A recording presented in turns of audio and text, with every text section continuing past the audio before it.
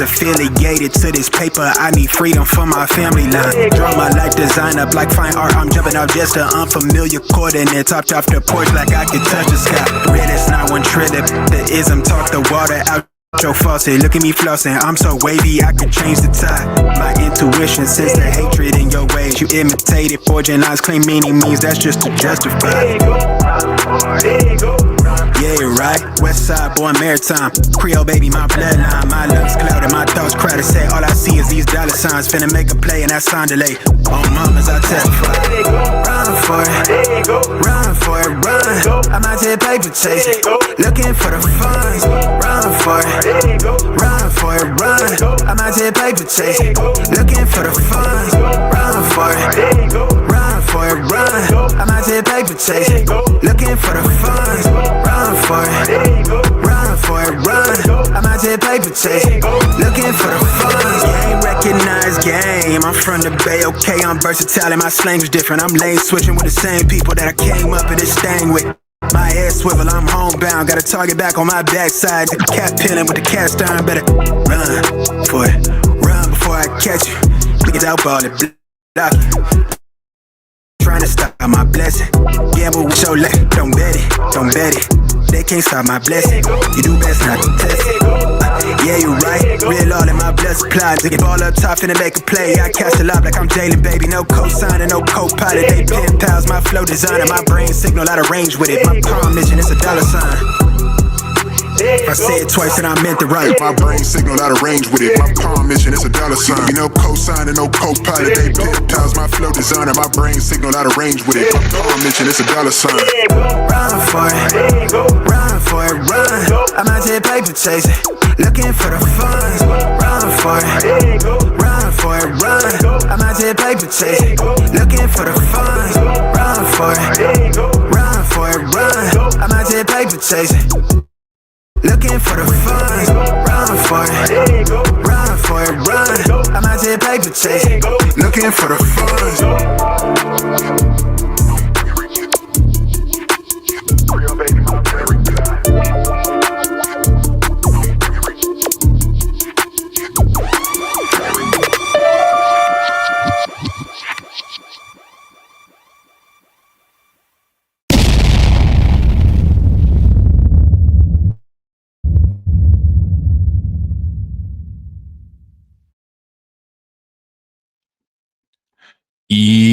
Yo, what up, y'all? It's your boy Rob coming back at you once again with another live stream. So before we get started, you already know what to do.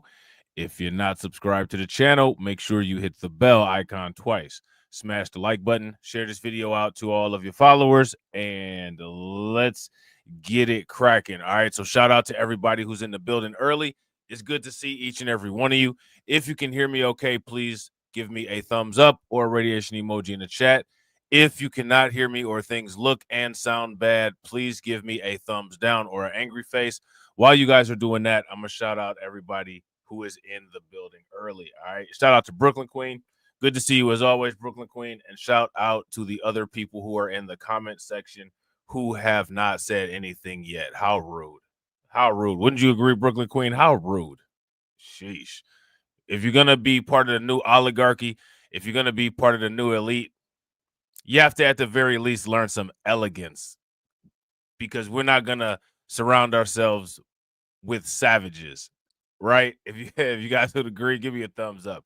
If you guys would disagree, give me a thumbs down. Shout out to my man AB Promotions. What's good with it, bro? All right. So we got to talk about a couple things. Should we start off offensive or not? If we should start off offensive, give me a thumbs up. If we should not start off offensive, give me a thumbs down. If we should not be offensive, just tell me not to be offensive, and I won't. You know what I'm saying? Shout out to AB. AB said, "How dare you?" Salutations. Yeah, we're not going to be amongst the ruffians. You know what I'm saying? We're not going to be amongst the ruffians and trash. You know what I'm saying? This is high class over here. The new lay. You know what I'm saying? The new oligarchy, right? So we should start off offensive. All right, we're going to start off very offensive. The first offensive comment that we're going to make is, I'm going to ask you guys, shout out to the people who actually invest, not the people that watch from the sidelines, the people that actually invest. What has paid you more? Return on reparations or return on investment? Let me know in the chat. That's my question. Shout out to Brooklyn Queen. Brooklyn Queen got the monocle on. That's what's up. Looking like the Monopoly woman. That's right. Fresh money. Fresh money. You know what I'm saying? That's what we're going to call you, money. You know what I'm saying? Money, money. Money, money. Yeah. You know what I'm saying? Bitcoin Queen 125. That's what's up. Yeah, that's the question, man. You know what I'm saying? What has paid you more so far? Now, what's fascinating is that there's more people that watch the content of people who claim they're going to get them some type of financial results. And shout out to the people who actively invest, because investment is not a spectator sport. You know what I'm saying? Who actively invest and have actually got return on watch hours. Yeah, shout out to AB, Brooklyn Queen. Or AB said Bitcoin. Yeah. Yeah, facts. If you guys agree with AB, give me a thumbs up. If you disagree, give me a thumbs down. I just think that that's interesting.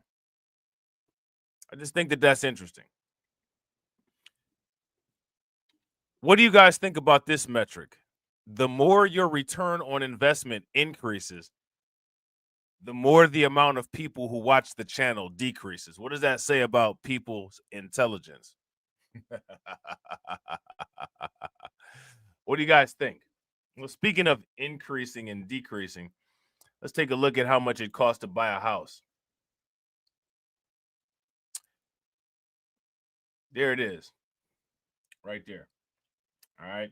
So I'm gonna take the banner off real quick so that you guys can see the years. Okay. You guys see the years down there? In 2012, it cost 33,952 Bitcoin to purchase a home. Now, this is in 2012. These are 4 years, each halving, right? In 2016, it cost 587 Bitcoin to purchase a home. In 2020, it cost 33 Bitcoin to purchase a home. Average home cost, of course. In 2025, it costs 4.5 Bitcoin. Let me ask you guys this question. How much will it cost in 2029 to purchase a home? Now, people who complain about the cost of living going up tend to not store their value in an asset that causes the cost of living to go down. Because if you save your money in Bitcoin, it clearly, undeniably, with evidence right here on the screen, causes your cost of living to go down. Shout out to AB. AB says 2.5 Bitcoin. I think it'll be way less than 2.5 Bitcoin. And the reason why I think it'll be way less than 2.5 Bitcoin, because as you can see here, these are, each time it decreases after the halving period, these are significantly less than half, right? 587 is significantly less than 33,952. 33 is significantly less than 587. And 4.5 is significantly less than 33. So I would say, I don't know, it might cost maybe like 1/10 of a Bitcoin or something like that. Maybe 20% of a Bitcoin. You know what I'm saying? In 2029. That's 4 years from now. So I got to ask you guys this question.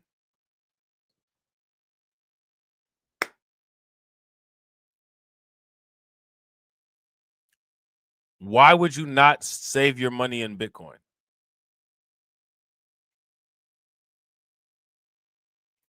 Why would you not get return on watch time? We know why.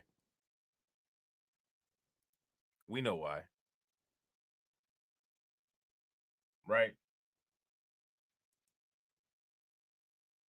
We know why. What's the answer? Pretty easy, right? Pretty easy. It's not that difficult.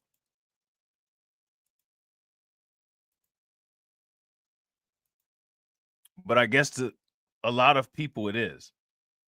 A lot of people seem to have a very difficult time building wealth. Yeah, I wouldn't disagree. Shout out to Brooklyn Queen. Brooklyn Queen says, I think it will be less as well.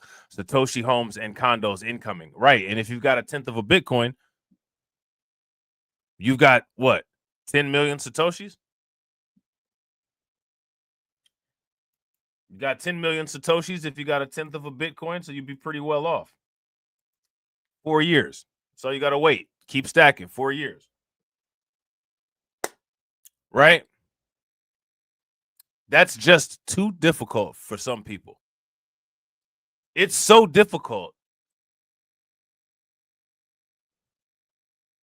that it caused people to leave the channel. Isn't that crazy?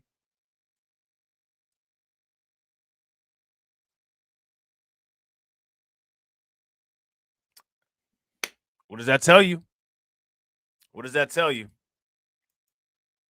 I don't know what that tells you, but I think we picked some good meme coins.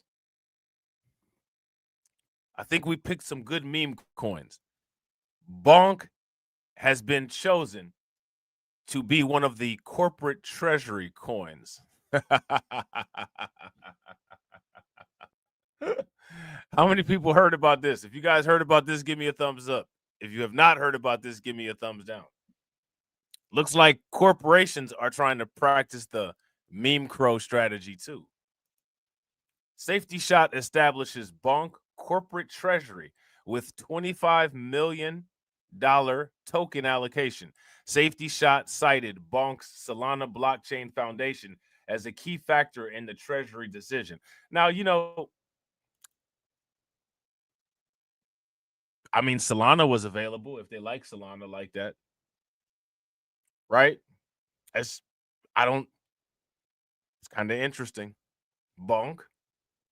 Okay. Right? I mean, all right. Sure. We know to buy a little bit more bonk. I know we already got some, but, you know, we'll buy a little bit more. Right?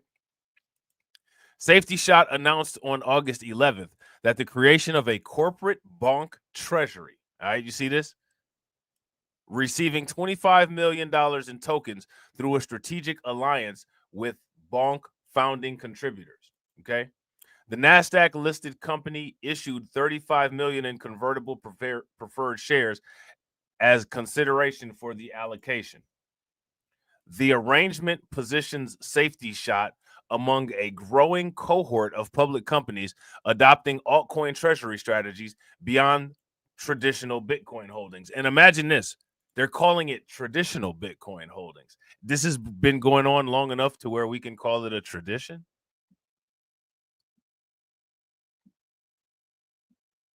Now, you know we got to do this, right? Governments are buying cryptocurrency. Corporations are buying cryptocurrency. Who's not buying cryptocurrency? Let me know in the chat. Who's not buying cryptocurrency? It's just too difficult. It's just too difficult to, you know what I'm saying, go on Cash App and set it to automatically round up, you know, and save some Bitcoin for you on the side, or, you know, allocate just $10. It's just too much. It's just too much. Well, I'm going to say this. If it's just too much and we've done everything that we've done, we deserve what we have and everybody else deserves what they don't have, right? If you guys would agree, give me a thumbs up. If you guys would disagree, give me a thumbs down. So that's where we at. Let me ask you guys this question. How much of your Bitcoin do you plan on giving to charity? How much do you plan on giving to the Salvation Army? You plan on giving any charity Bitcoin out?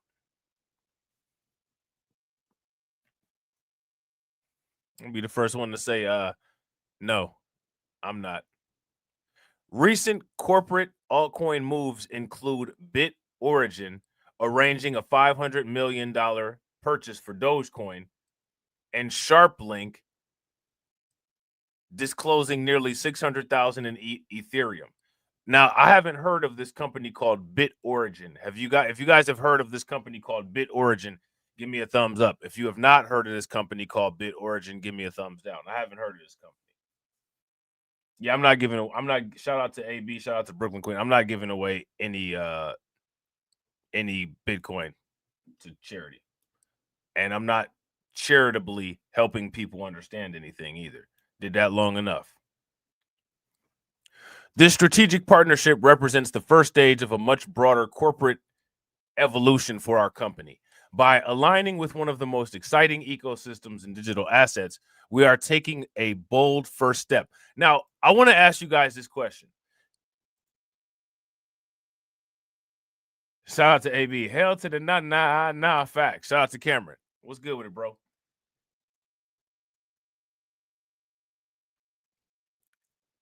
Does everybody see the world evolving?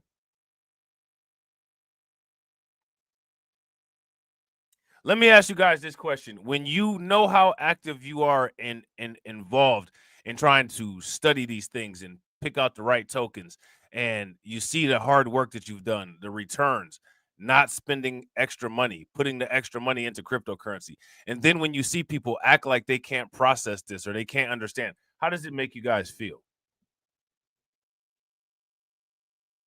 What do you guys think? When you hear people say just stupid, idiotic stuff, how do you feel about it?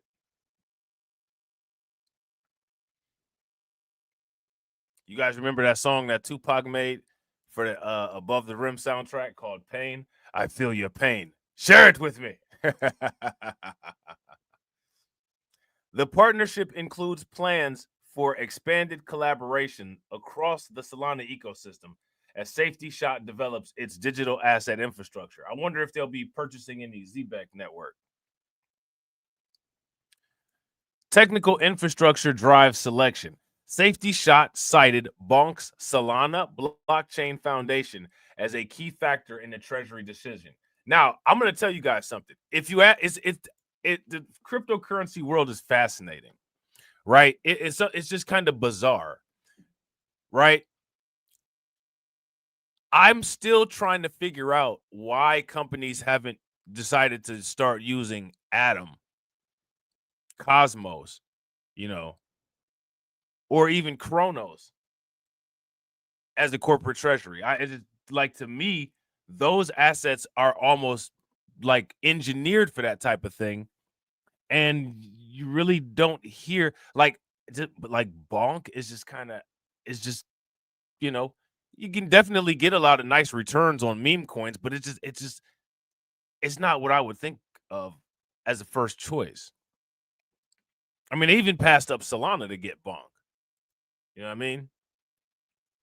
So the company noted Bonk's high-speed, low-cost transaction capabilities provide advantages over Ethereum-based competitors like Shiba Inu and Pepe, which they claimed face network congestion and elevated fees.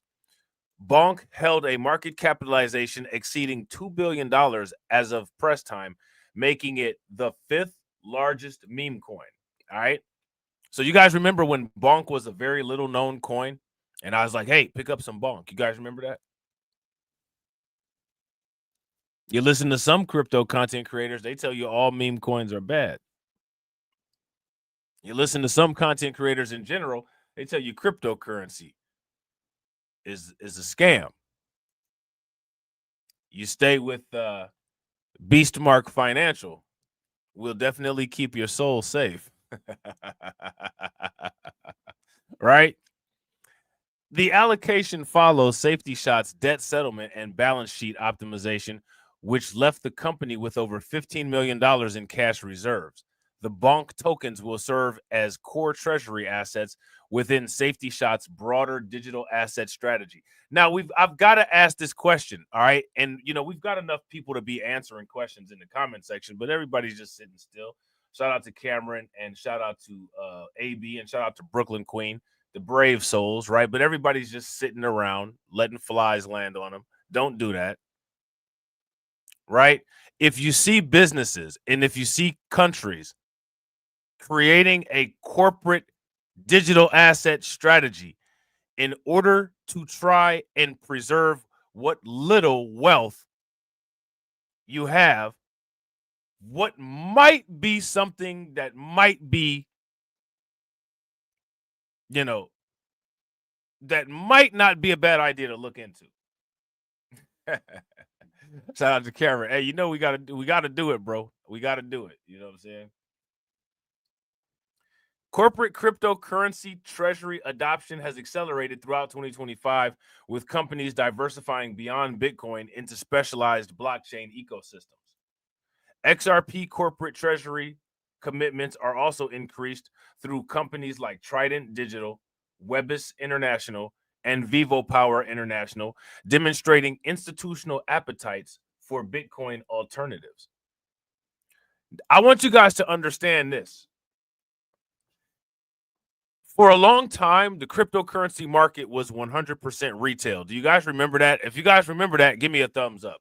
If you don't remember that, give me a thumbs down. For a long time, the cryptocurrency market was 100% retail. And you see where the prices went. The prices, for the most part, today are a result of 100% retail. We are now entering the first stages of institutional FOMO, actual institutional FOMO, with billions of dollars to put into the market. Where are prices going, ladies and gentlemen? This is my question. Where are prices going? Shout out to everybody watching. I appreciate you guys. If you all haven't smashed the like button yet, please do me a favor, take a moment, smash that like button. Also, if you guys haven't hit the bell, please take a moment, hit that bell, and also please share the stream to your social media. Shout out to Adventurous Guide to the Galaxy. What's good with it, bro? Windtree Therapeutics secured agreements for up to $200 million to establish Binance BNB reserves, while Summit Biotherapeutics earmarked $583 million in hype tokens for balance sheet deployment. So again, my question is, if people see companies are starting to hold their wealth in digital assets, what should people be doing? Yeah, I wouldn't. If you guys agree with Adventurous Guide to the Galaxy, prices are about to go wild, give me a thumbs up. If you guys disagree and you think the price is about to go somewhere else, then let me know. You know, there's still people out there that say that the price is going to zero. Bitcoin has traveled a long way from zero. It's a long way back down. Now, we got to talk about Standard Chartered. How many people remember? I did a live stream, and the title of the live stream was Standard Chartered Guts Ethereum Prediction. You guys remember that? If you guys remember that, give me a thumbs up. If you don't, give me a thumbs down.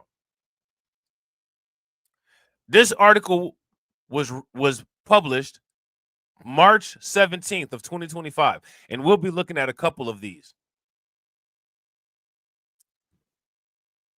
Standard Chartered has changed their tune. Okay? Standard Chartered has changed their tune. Now, all this time, even as I voiced my frustrations with Ethereum, what have I always said about Ethereum? Don't sell your Ethereum. Buy as much as you can and stake it. Hasn't that always been my rule with Ethereum? Do you guys remember just a couple months ago when Ethereum had fell to $1,800? What did I say? Buy up as much Ethereum as you can at $1,800. Buy as much as you can. Now is an opportunity for you to be able to get a whole Ethereum token.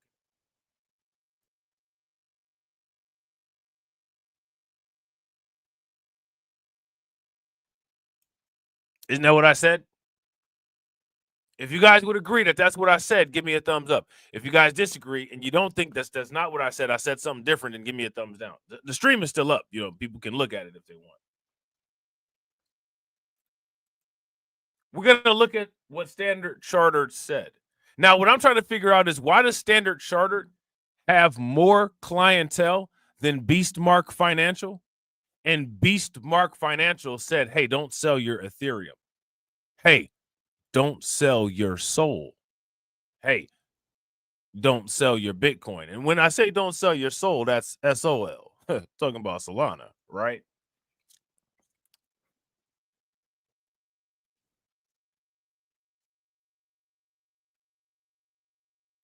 I would like to know, with predictions this bad, predictions this inaccurate, why is it that Beastmark Financial is not great and Standard Chartered has cherry wood offices, marble floors,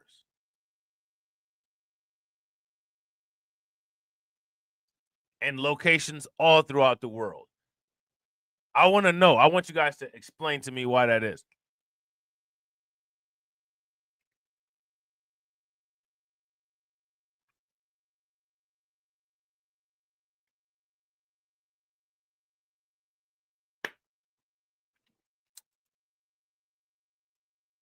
Why is that?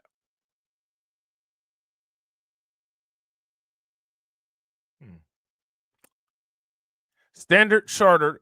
Now, again, right, we're going to take a look at this. This is from March 17th of 2025. Standard Chartered drops 2025 Ethereum price estimate by 60% to 4,000. Standard Chartered told its clients Ethereum is like catching a falling knife. That's what Standard Chartered told its clients. Standard Chartered in March gutted their Ethereum price prediction by 60%. Since then, Ethereum has increased by 60%. Shout out to Brooklyn Queen. Brooklyn Queen said, I have a cherry desk, so we're almost there. That's what's good.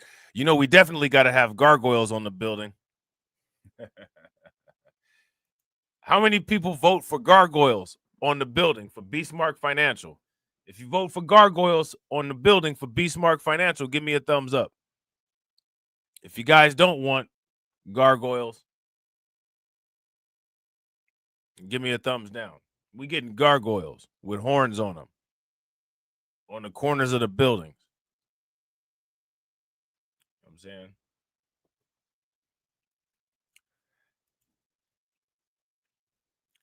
Now, I want to ask you guys this question. How many people would agree with this? Ethereum is like catching a falling knife. I don't know if I would go as far as to say all that.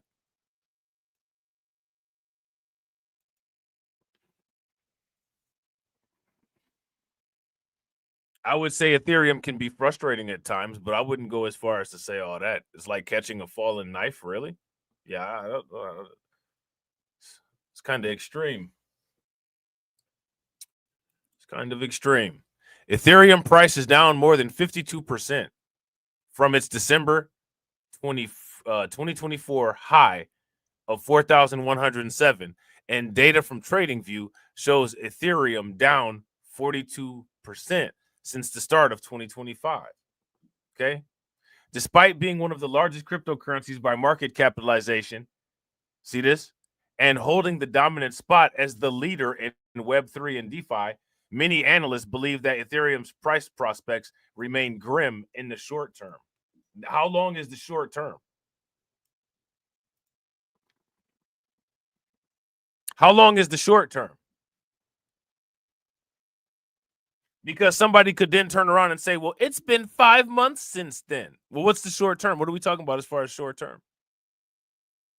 If you're in crypto and you're in crypto the right way, then all of your investments are long term. There is no short term investment, right? If you guys would agree, give me a thumbs up. If you guys would disagree, give me a thumbs down. So what do these analysts know? Crypto analyst and chartered market technician Askil Kibar warned traders against assuming that Ethereum price trades at a discount simply based on how far off it is from its average trading price. I wonder, does this guy still have a job? I guarantee you this guy gets paid more than me. This guy gets paid more than me to give his clients bad advice than I get paid to give good advice. I just want y'all to just understand that. How do you guys feel about that? Yeah, you guys don't care, right? It's not a sunk cost, or it's not an opportunity cost for you guys. How do you guys feel about premium pay mediocrity? Shout out to Windows and Rug. What's good with you, bro? Premium pay mediocrity from Standard Charter. How you guys feel about it? On X, Kibar explained that bottom reversals take time, given that all that supply needs to be accumulated. Now, as we know, even during this time, people were accumulating. They've been accumulating. So I don't know what this guy was talking about. Those of you, look at this. Those of you that want to see Ethereum outperform Bitcoin need to see similar price action to 2018-2020 period. After an extended downtrend, price formed a double bottom late in 2019. Then it turned out to be a larger scale H&S bottom reversal. Okay? This aged horribly, which is why we got to bring it back up. This aged horribly. Now, what I want people to do is I want people to find content that I've made that aged horribly. The only content that I've ever made that aged horribly is when I was under the delusion that people actually wanted to deal with societal issues. But even then, my assessments of the situation didn't age horribly. It's just the valuation aged horribly. I wasted a lot of time. I didn't realize people just wanted banter. I thought people wanted action. I was wrong. But I was wrong about the people. I wasn't wrong about the analysis.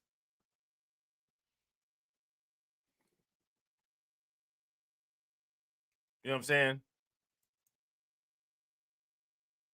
Currently, Ethereum's chart does not show any type of bottoming formation, leading Kibar to compare trading Ethereum to catching a fallen knife. Man, this aged horribly. Standard Charter chops 2025 Ethereum price call to 4,000. They said that 4,000 would be the 2025 high. What do you guys think about that? Let me ask you guys this question. How many of you all think that $4,000 will be the 2025 Ethereum high? If you think that, give me a thumbs up. If you don't think that, give me a thumbs down. Now, here's my question. How did Standard Chartered come to this conclusion? Is my question. Standard Chartered added to the dim outlook via a March 17th client letter, which revised down their end of 2025 Ethereum price estimate from $10,000 to $4,000, a drastic 60% reduction. Imagine all of the people who stopped buying for $10,000 because they thought it was going to $4,000 because of the word of Standard Chartered.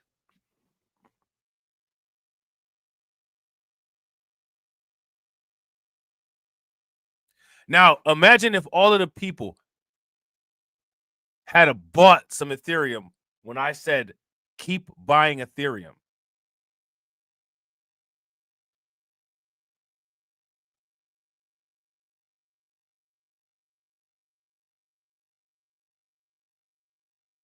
I just want to know what you guys think. I want you guys to pay attention.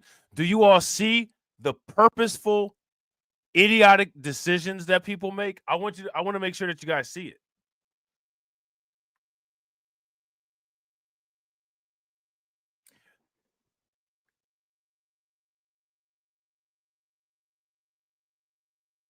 So now here it says Geoff Kendrick, the bank's global head of digital assets research, said, we expect Ethereum to continue its structural decline. Yeah, what? Upward? Maybe they were looking at the charts upside down. This person, Geoff Kendrick, probably gets paid hundreds of thousands, if not millions of dollars. And people don't even have the decency to give me more than 10 people in my chat. And you could have made unlimited amounts of money if you had to listen to my live stream about this horrendously incorrect prediction.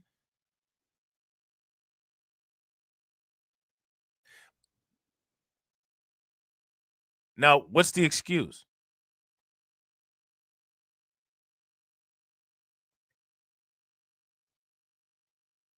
What's the excuse, ladies and gentlemen? There's people right now, of the people that stopped watching my content, that would pay Standard Chartered to invest for them and won't listen to my YouTube videos and talk about how proud they are. I want you to see transparently, look through how fake, dumb, and pathetic these people are.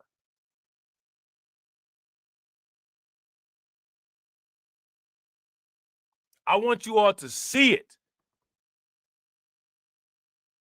so that there can be no questions about why people are broke.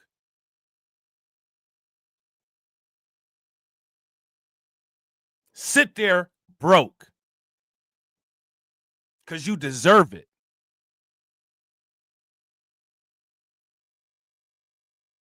You deserve paycheck to paycheck purgatory. And you deserve to be a human resource to make other people rich. Because people don't want to be rich. I'm going to keep saying it. And no one's going to stop me from saying it. And I'm going to start saying it in an even worse way.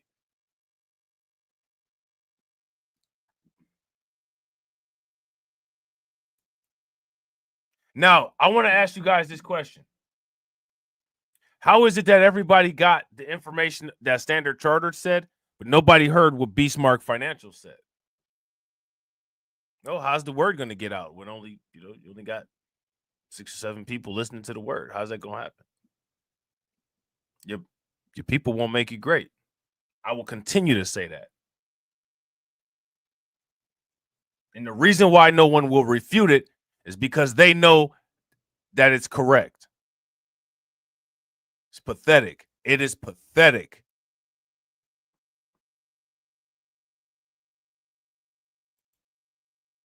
Let me ask you guys this question. How much money could have been made here? What's the opportunity cost of this? I would say that this is a habitual backdrop, if you ask me. Because you'll sit there and you'll have somebody say, well, I don't understand how to do this. And then you have somebody that gives a complete tutorial on how to do it. And the only thing that they can say is how long the content is.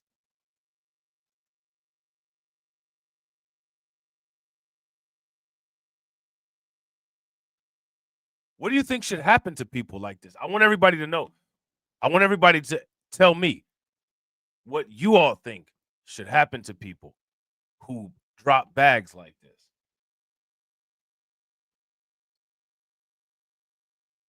What do you guys think?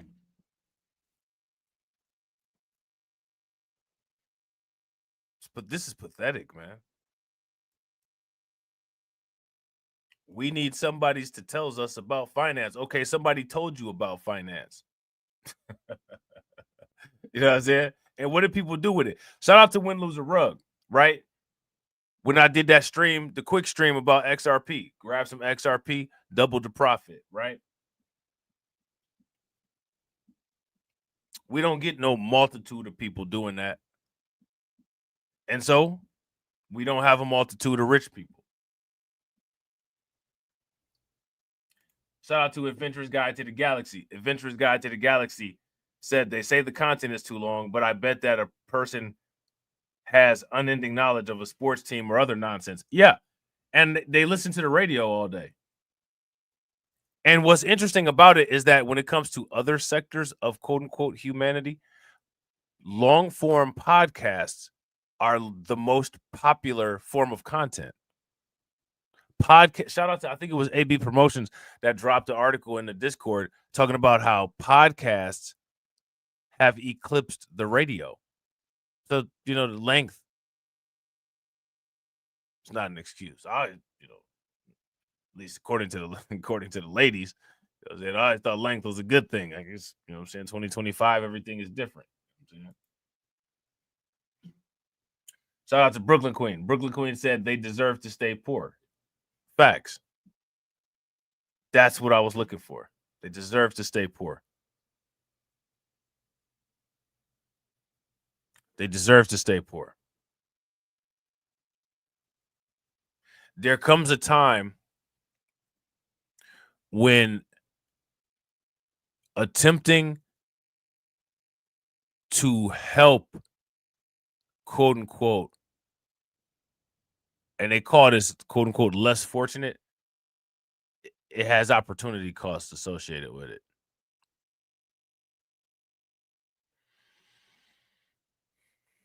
These people are not actually less fortunate. They're less disciplined. They're less attentive. They're lower quality. They're less regimented. See, shout out to Brooklyn Queen. Exactly. That's what I've heard. You know what I'm saying? That's various ladies have told me that. Okay, So, like I said, 2025, things kind of different. That's kind of different. So now here it says Kendrick cited lower Ethereum fees, a higher net issuance, and layer 2 blockchains, quote unquote, taking Ethereum's GDP as an unexpected result of the Dinkin upgrade, adding to their observation of Base absorbing Ethereum's fee revenue, Kendrick said. I don't know where they got any of this information. In particular, Base, a layer 2 that was developed to address the problem of scalability on Ethereum, is passing all the profits it extracts to Coinbase, its corporate owner. Okay. Look at this. Related, long-term Ethereum accumulation could unwind if Ethereum price falls below $1,900, says analyst. It did fall below $1,900, and people continued to accumulate. And now we just had the story about all of those unknown whales accumulating the massive amounts of Ethereum. people fall for this kind of stuff all the time. Let me ask y'all this question. Why do people fall for this stuff?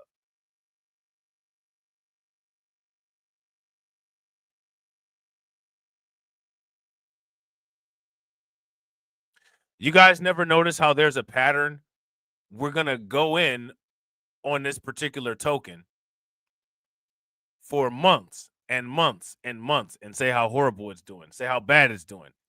And then out of nowhere, all of these companies start buying up all of this token, and then the articles come out saying how good it is. You guys don't notice that pattern?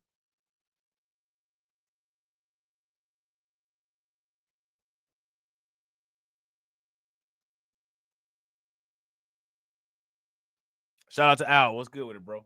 If you guys notice that pattern, give me a thumbs up. If you don't notice that pattern, give me a thumbs down. Months and months and months and months and months on end, they'll go in on these coins. Ethereum is going to zero. Next thing you know, Tom Lee is like, I got, 600,000-700,000 Ethereum. I think it's the best thing in the world. We're raising $20 billion to get more Ethereum. Wait a minute. I thought all the articles just said that this was horrible. You guys don't notice that?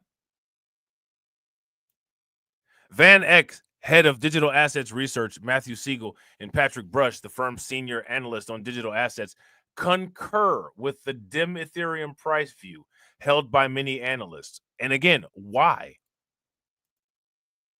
In a March 5th note to investors, the researchers cited Ethereum's decline as being, quote unquote, largely due to the erosion of the core factors that once made Ethereum valuable. And what is that? What is that? Let's pause on this right here. What are they talking about? The erosion of what core factors that once made Ethereum valuable? What of Ethereum had eroded at this time other than the price?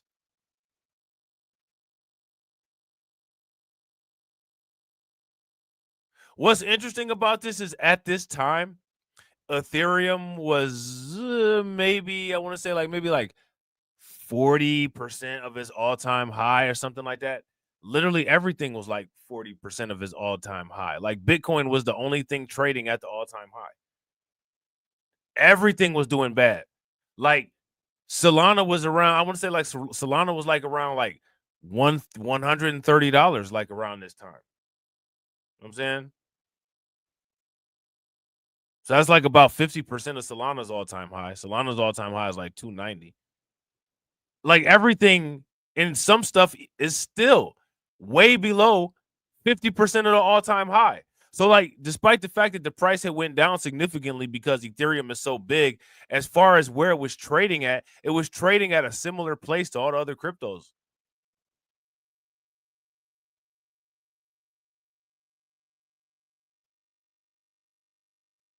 You know what I'm saying? Like Cardano was trading at under 50% of the all-time high. Algorand. The only thing that has been trading at like 95% of the all-time high is Bitcoin. That's the only thing.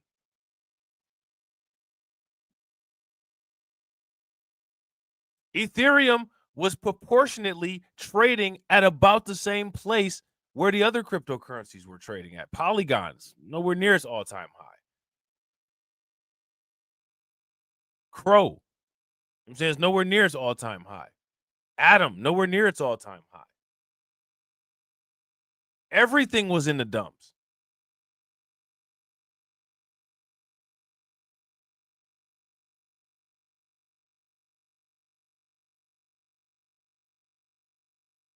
You know what I'm saying? What largely due to the erosion of core factors that once made Ethereum valuable.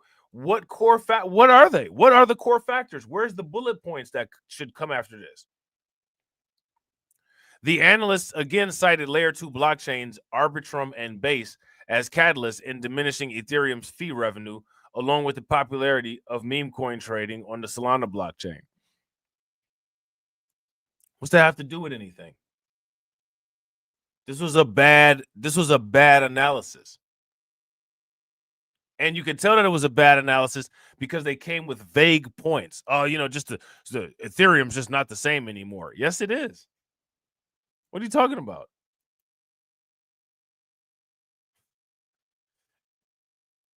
We're just going to say Ethereum's not the same anymore. It actually is, though. You know what I'm saying? Plus some upgrades. It is the same. What's different about it? Another article, March 17th of 2025. Standard Charter cuts 2025 Ethereum price target by 60% to 4,000. Now, why is it that when other content creators will be like, I told you guys this, I told you guys this, I told you guys this, comment section goes crazy. Ah, yeah, you know, like, yeah. I ask during this time, what did I tell you guys to do? Stillmatic like Nas.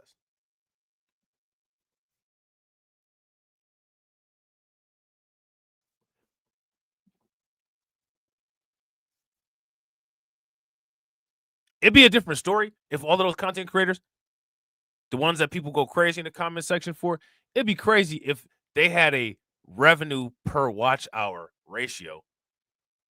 But they don't. You don't make any money watching their shit. How little or how much money you make watching my shit is up to you. Up to you only. You can make as much money as you want, or you can sit there like a lump on a log. You know what I'm saying? The choice is yours.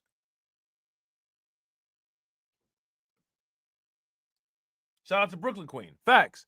If you guys agree with Brooklyn Queen, give me a thumbs up. If y'all disagree, give me a thumbs down. When Ethereum was $1,800, I said buy as much Ethereum as you can. I'm going to be buying as much Ethereum as I can while it's $1,800. That's what I'm going to do. I don't care what Standard Charter says.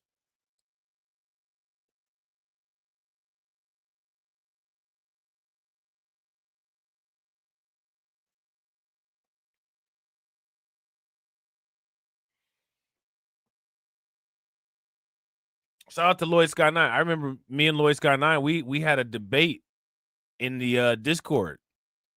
And he was, I hope he didn't, but he was considering selling his Ethereum.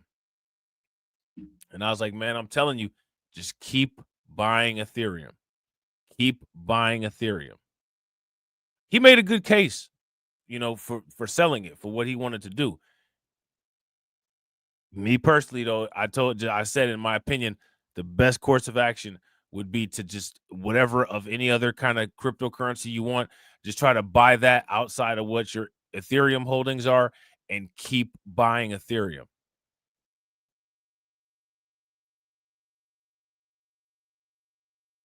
I've done videos where I've roasted Ethereum because I'm so impatient with the price action, so frustrated with it. But I never, ever said to sell Ethereum. I always say, as frustrated as I am with Ethereum, I'm about to go buy some more. Because I already know where it's going. I want to ask you guys this question. Where is it going? Where's Ethereum going? You guys saw the $60,000 price prediction. I don't know about all that, like in the near term. That's kind of, you know what I'm saying, like, it's kind of wild. We got 4 months to get this $25 XRP. We got 4 months to get this $9 Cardano. I don't know about all that.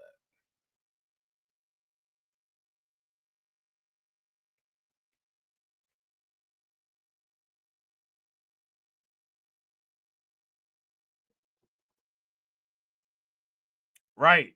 Facts. Shout out to Brooklyn Queen. Facts. They only publish these articles for retail. Beastmark Financial will always do the opposite. Facts. We give you guys a good breakdown with actual explanations.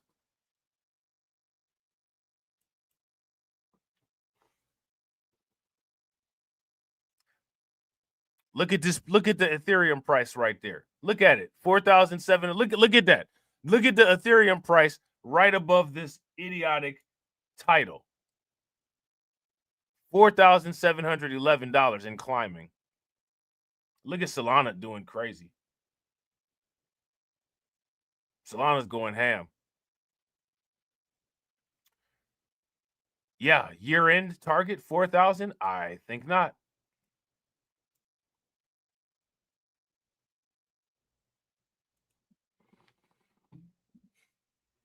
I think not. This did not age very well. March 17th of 2025. Let me ask you guys this question. How much do you guys think the people at Standard Charter make? You think they make more than the people at Beastmark?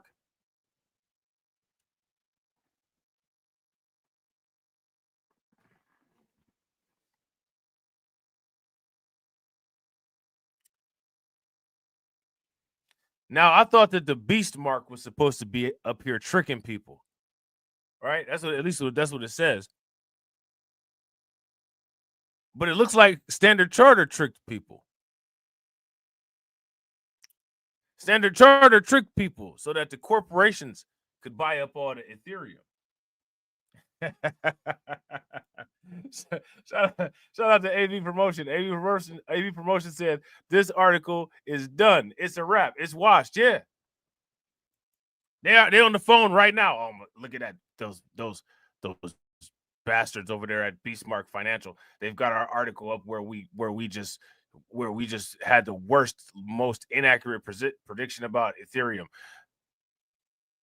Get our attorneys on the phone immediately. Yeah, get our attorneys on the phone immediately so I can do what? Take down the article that you guys wrote?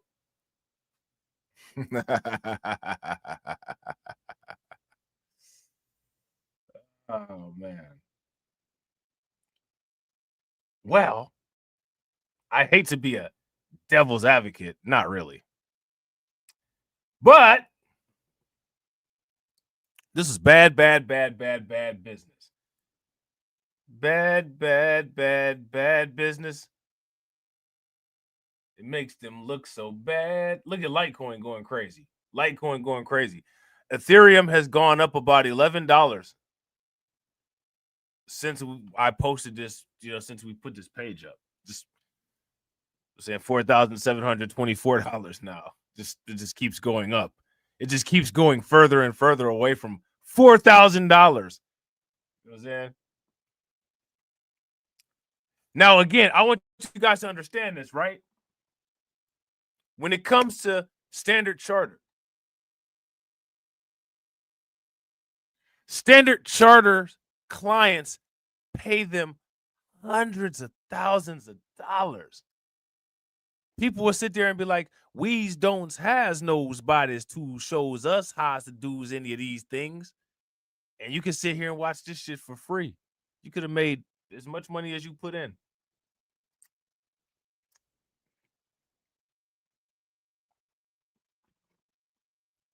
The expert said, "Here's your experts. Hey, here's your expert right here.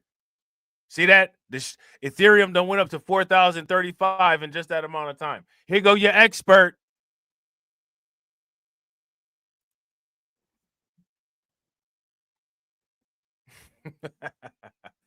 Real quick, shout out to everybody watching. I appreciate you guys. If you all haven't smashed the like button yet, please do me a favor. Take a moment, smash that like button. Also, if you guys haven't hit the bell, please take a moment, hit the bell, share the stream, do all the basics that we have to repeat every video. Yeah, man. Standard Charter messed up big time. Now they about to get roasted. Standard Charter has cut its 2025 price target for Ether to 4,000, pointing to factors like Base's growing market share. What do Base have to? Somebody was smoking some Base.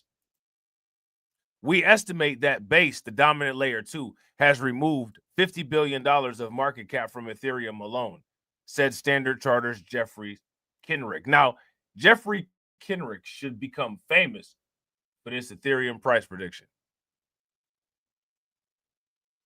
He should become famous. If you guys would agree, give me a thumbs up. If you guys would disagree, give me a thumbs up.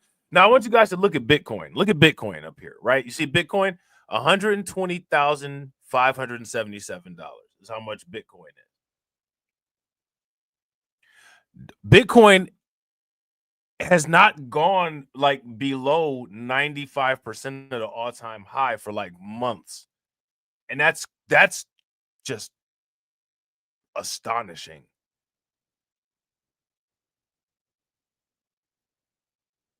You know what I'm saying? Like, that's just wow.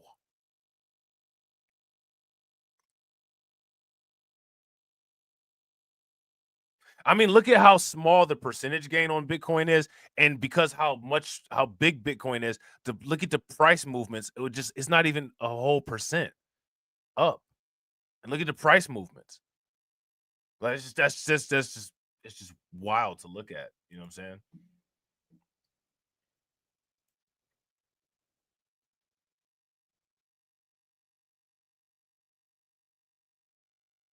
I mean, like, it hasn't gone below like 95% of the all-time high. That's in months, and that's just wow. I mean, there's got to be like a crazy price hike. A Bitcoin is just gotta, like, out of nowhere just skyrocket one day, because I mean, you can't just create a new floor every day at 95% of the all-time high and then just not like skyrocket. Because if Bitcoin is trading sideways at the all-time highs, it's not even testing any new levels. You know what I'm saying? So what would be the new level that Bitcoin would test? Like, it's just amazing to think about. So yeah, I don't think we need to look at this anymore. We already know about this nonsense. I just want to show everybody the articles, the article evidence, something that, you know, people, they always be saying we're the first to the party, say that they do, but they don't really come with the evidence. It's all like that. So let's take a look here. Shout out to my man Carlton. There you go. The founder of Beastmark Financial. There he is.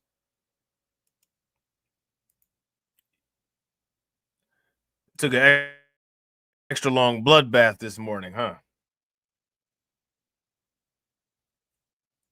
Ain't nothing wrong with that. Ain't nothing wrong with that. Shout out to AB Promotions. AB Promotions said, Rob, I like expensive and nice things. I like stunting on ninjas. I can't help it, but I do it because of all the work and time I put in. Investing and saving in Bitcoin is second to none. I agree. If you guys agree with AB Promotions, give me a thumbs up. If y'all disagree, give me a thumbs down. Yeah, he took an extra long bloodbath this morning.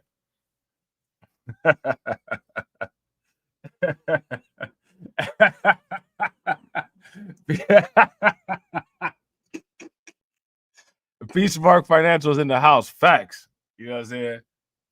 Facts. We put your soul into our investments.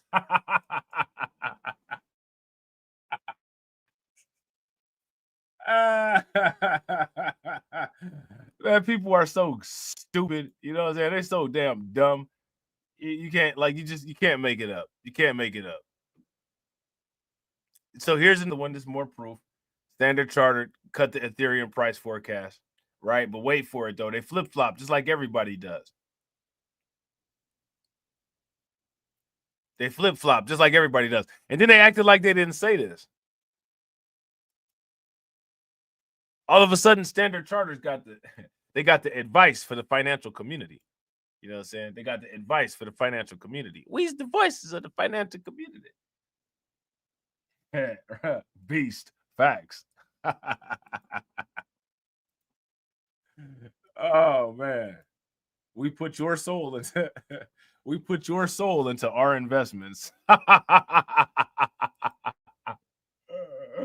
Now look at what Standard Charter is talking about today. You know what I'm saying? How did those bad price predictions affect anybody that's alive today? Huh? How did those horrible price predictions affect anybody that's alive today? Standard Charter lifts year-end Ethereum forecast to $7,500. That's a little bit more safe. They wasn't going to leave that $4,000 one hanging out there. They wasn't going to leave that $4,000 error hanging out there. Look at this. Standard Chartered raised its year-end target for Ether to 7,500 from 4,000 on Wednesday, citing improvement in industry engagement and uptake uptick in holdings of the cryptocurrency in recent months. People were uptick in holding it back then, and citing improvement in industry engagement because of treasuries. What about whales that were already accumulating? What happened to the factors that quote unquote deteriorated over time? What did they somehow make a sudden U-turn and now they're not deteriorating? Like, what is this? The brokerage's new year-end target represents a premium of near 60% from Ethereum's more than 3.5-year high of 4,700 on Wednesday. So basically, what Standard Chartered has says is that Ethereum could be plus or minus 60% by the end of the year. I mean, that's I guess.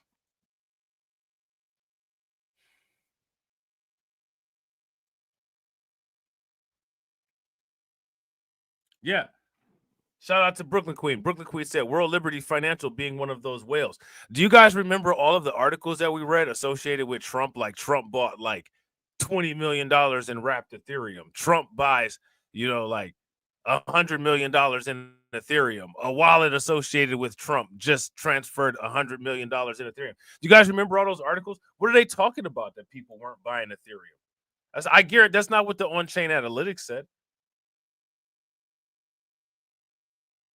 It's not what the on-chain analytics said. Where'd they get this? The world's second largest cryptocurrency has become the token of choice for those looking for more active returns. Unlike Bitcoin, which solely relies on price appreciation, Ethereum can be used in staking. It always could. It's been able to be used in staking for years. This is what I was saying. Like, I'm like, man, what are they talking about? All they got to do is just keep buying it and staking it.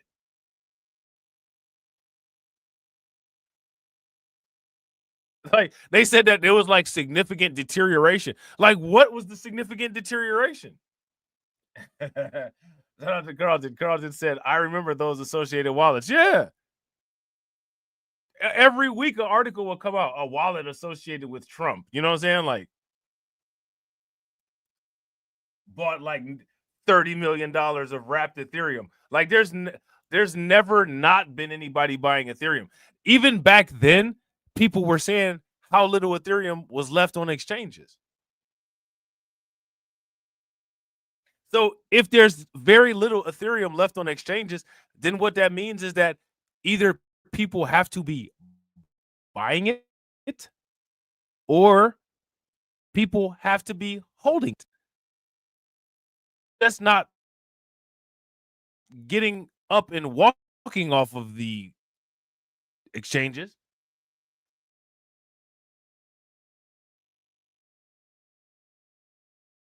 Right? If you guys would agree, give me a thumbs up. To the person that just unsubscribed.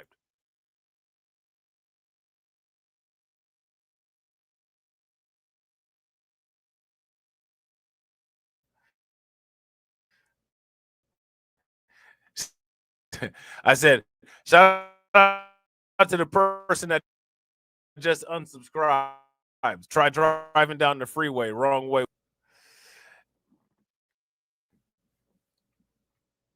What's wrong with people? Right. Shout out to Brooklyn Queen. Brooklyn Queen said this article is supposed to be helping their case. You know what's fascinating about it? They don't need any help with their case. Like, they're not losing any customers. I'm losing subscribers. And that's the crazy thing. Anti-wealthy, yeah. Anti-wealthier.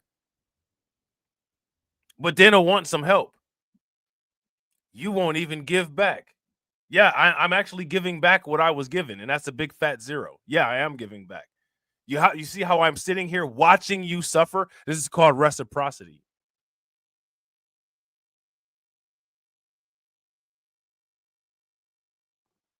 Right? Reciprocity. I am giving back. Remember how I didn't get the time of day? That's exactly what you're going to not get when we get paid.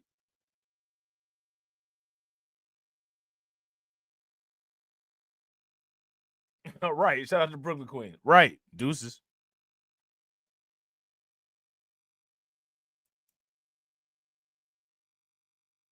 All right. So now here it says, look at this. Ethereum has soared over 50% in the past 4 weeks.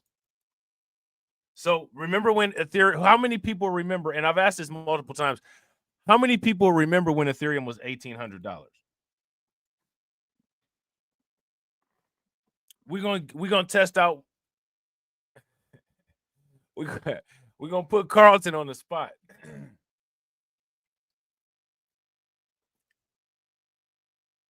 Right. Shout out to Carlton. Carlton said they're probably part of the Wrench gang. Live with Wrench. Right. Probably part of the Wrench gang and not the channel moderators.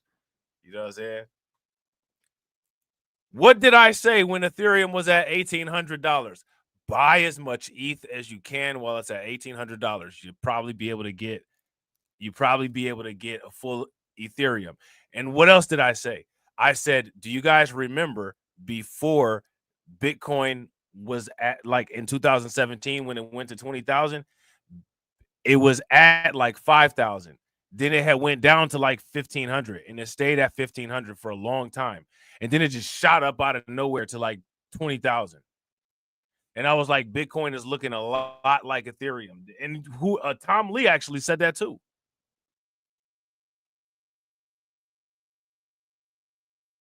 But I remember this, though. I remember 2017. That's when it was only 4 coins on Coinbase. That's when only Bitcoin, Bitcoin Cash, Ethereum, and Litecoin were on Coinbase. People would never imagine a Coinbase with only 4 coins. But it actually used to only be Bitcoin on there.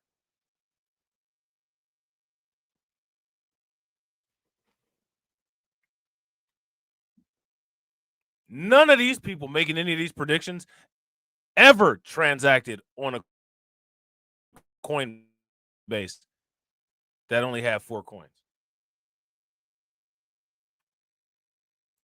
You know what I'm saying? That's why they they don't really get stuff. Ether has soared over 50% in the past 4 weeks. I told people to buy Ether. Helped by the passage of the Genius Act, a law to create regulatory regime for dollar-pegged cryptocurrencies known as stablecoins.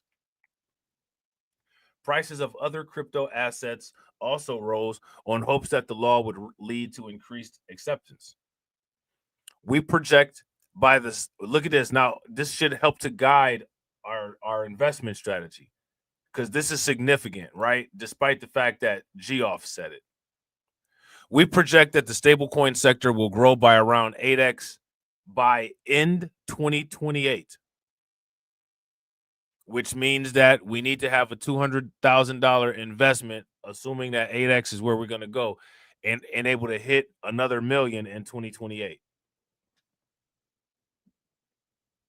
Right. Shout out to Carlton. Now they have all the coins. Listen, most people don't even know XRP was on Coinbase and then it got taken off of Coinbase. It's like ancient cryptocurrency history.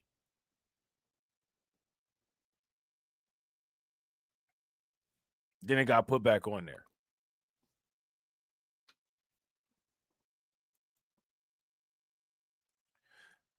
Most stablecoins are issued and transacted on the underlying Ethereum blockchain, driving up demand for Ethereum to pay for transaction fees.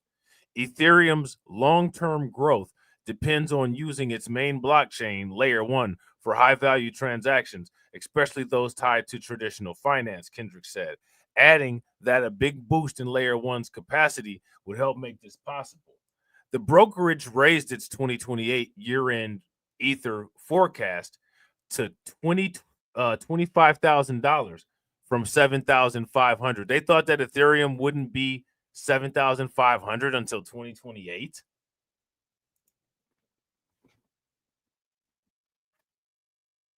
Shout out to Carlton. Carlton said, word on the street is that XRP is older than Bitcoin. If that's the case, if that's the case, and XRP is older than Bitcoin, that just tells me I need to keep buying Bitcoin. What that tells me is I need to buy less XRP and I need to buy even more Bitcoin than I already do. That's what that tells me. That's a strange flex. Hashtag strange flex. We's the oldest cryptocurrency. Why are you still only $3 then? You know what I'm saying? Hashtag familiar logic. You know what I'm saying? Let me ask y'all this.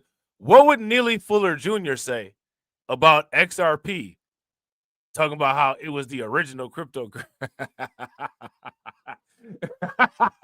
Hey, what would Neely Fuller Jr. say about XRP? So they're talking about as the original cryptocurrency, and Bitcoin has only been around for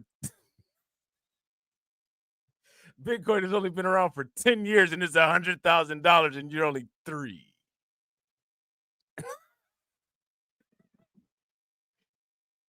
Somebody could ask that, right? Somebody could ask that. I'm just saying. Yeah. I don't know if XRP is the oldest crypto or not. I don't know. But if it is, it's got a lot of explaining to do.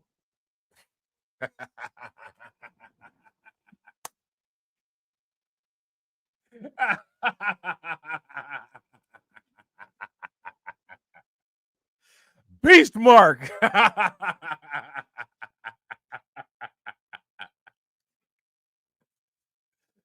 Oh man, Beastmark. You know what I'm saying?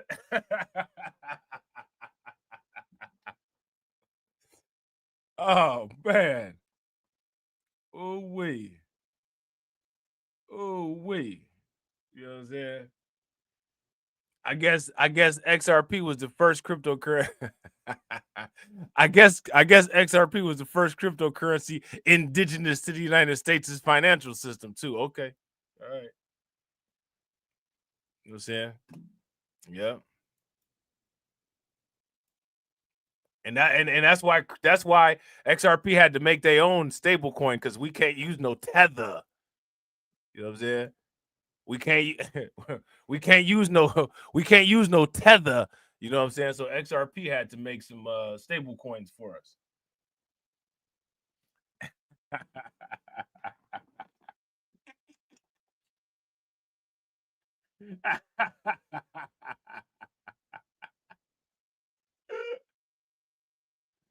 Oh man. You know what I'm saying? Oh man. So what y'all think about this $25,000 2028 price prediction? $25,000. 4 years. 4 years. Right? The expectation is that Ethereum will be $25,000 in 4 years. We only got 4 years. Many of us have already had our Ethereum for that long. So if you have 4 Ethereum in 4 years, you should be sitting on $100,000.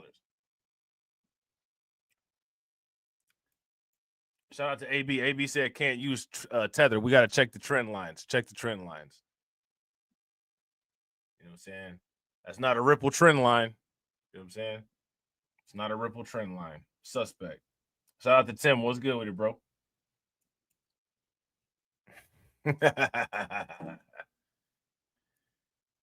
Yeah. So Kendrick also sees a potential for Ethereum treasury companies to increase their holdings of the token to 10% of all Ether in circulation. Okay. So, again, I'm not seeing anything really impressive from this Standard Charter year-end prediction. They have no idea what's going on, if you ask me. You know what I'm saying? I'm not impressed by this prediction at all. And again, listen, Standard Charter is saying that Ethereum will be $25,000 possibly by 2028. I don't know.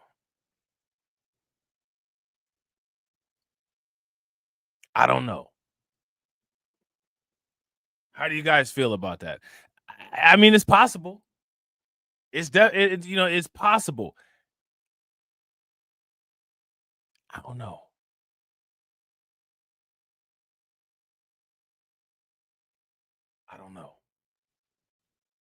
Now look at this. Look at this. Now this article came out today, as you guys can see. See, August 13th, 2025. Okay. Why Standard Charter now sees Ethereum hitting $25,000 within 30 months. Let me ask you guys this. So what this means is that if you have 4 ETH in 30 months, 4 ETH should give you $100,000. 4 ETH. Now, let me ask you guys this question. How many people can afford to drop money on 4 ETH? Shout out to Carlton. Carlton said, I think so, but first it will retrace by 30 to 40%. Yeah, I wouldn't disagree with that. I wouldn't disagree with that.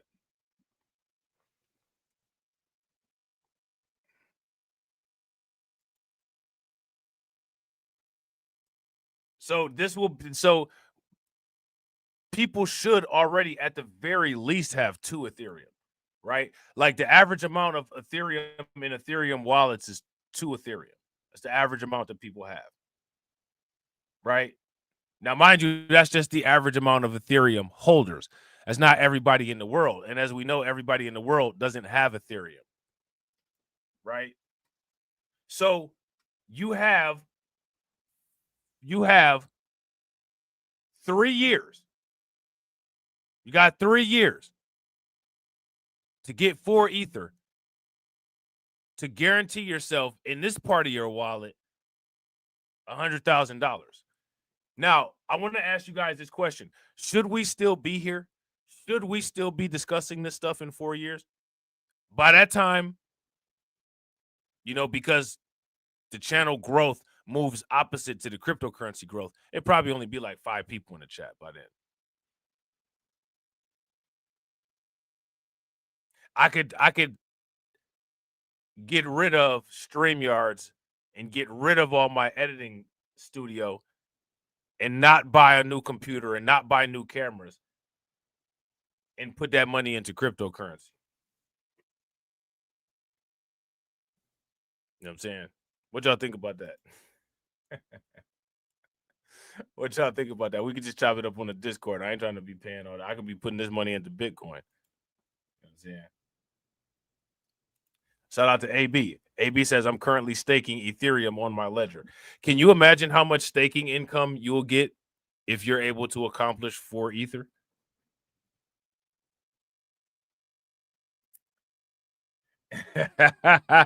Hey, shout out to Carlton. Carlton said only 5 people will be disappearing like the cast on the movie Life. Bro, you remember when I would talk about other topics? Now, everybody said that they broke. Okay, let's talk about how to make money because I got the formula. We can make money.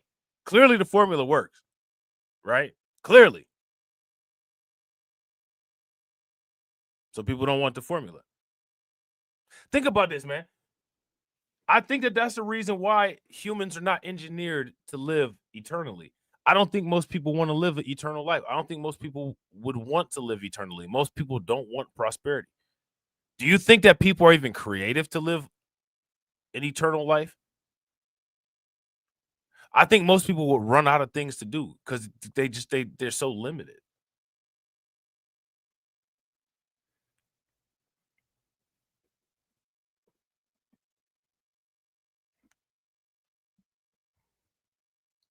I mean, we have a foolproof formula to prosperity that works. If you guys would agree, give me a thumbs up. If y'all disagree, give me a thumbs down. Shout out to the people that actively invest. How much money have you lost? I only want the people that lost money. How much money have you lost total?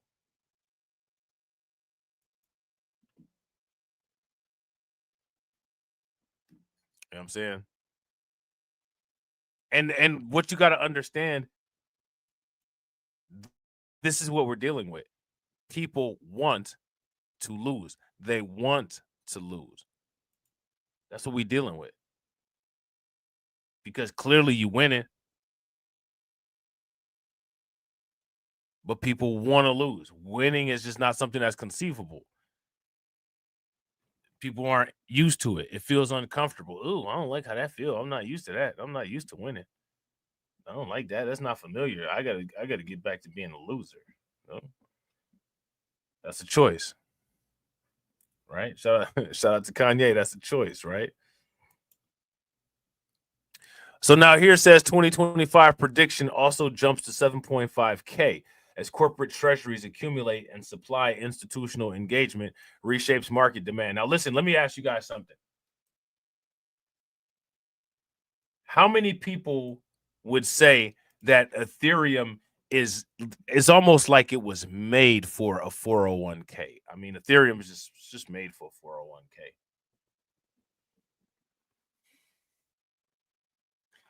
Imagine if they put Ethereum in the 401k. And you can stake the Ethereum in the 401k and then get in-kind redemption on the Ethereum in your 401k. Imagine that. If you start buying Ethereum now for your 401k, you can retire early.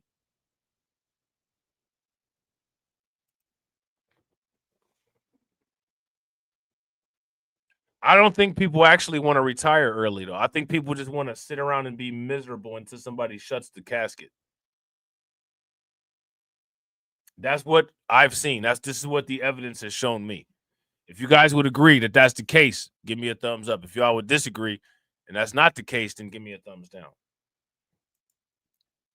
Standard Chartered has lifted its year-end price target for Ethereum to 7,500 from 4,000, citing a stronger industry backdrop and a new demand from corporate treasuries. Now, I want you guys to understand something here.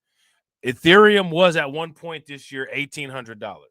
$1,800 for the most part, for most people, that's about a paycheck. If you had took half of one paycheck and half of the other paycheck and put it into Ethereum, you would have gone from $1,800 to $4,700 in less than 5 months. Let me ask you guys this question. How many times have people sat there and just watched the fluctuation of their cryptocurrency wallet? It's crazy seeing your cryptocurrency wallet fluctuate hourly at rates that are like 7 times your pay rate, isn't it? Isn't that crazy? You sit there and watch it and you say, I've been watching this now on and off for about 10 minutes and I've seen a $1,500 increase. In 10 minutes, I've seen a $1,500 increase. That's what a lot of people are going to take home after taxes for working 40 hours a week. I saw this go up in 15 minutes. You know what I'm saying? We see this all the time, especially like the last couple of days. We've been seeing this all the time. I've gone to work and my crypto portfolio I've made my hourly rate at work. And I saw my cryptocurrency portfolio increase 2x a paycheck during the time when I was at work. So that's in one day, right? One work period, my cryptocurrency portfolio increased the same amount as a paycheck.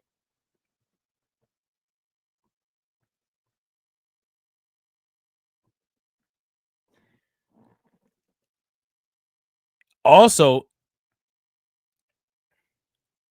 had people started investing right when we started going at this real heavy, that many people right now would have more wealth than the average wealth gap trajectory. Because now anybody who's been investing since we've been investing, for the most part, you probably have more wealth than what the average is for the wealth gap. So, I mean, we did that. Right? So it's just interesting. It's extremely interesting. You know what I'm saying? Per Reuters, the bank raised its 2028 projection to $25,000 from $7,500. Ethereum was trading at about $4,679 on Wednesday, levels last seen in November of 2021. Now Ethereum is teetering on an all-time high.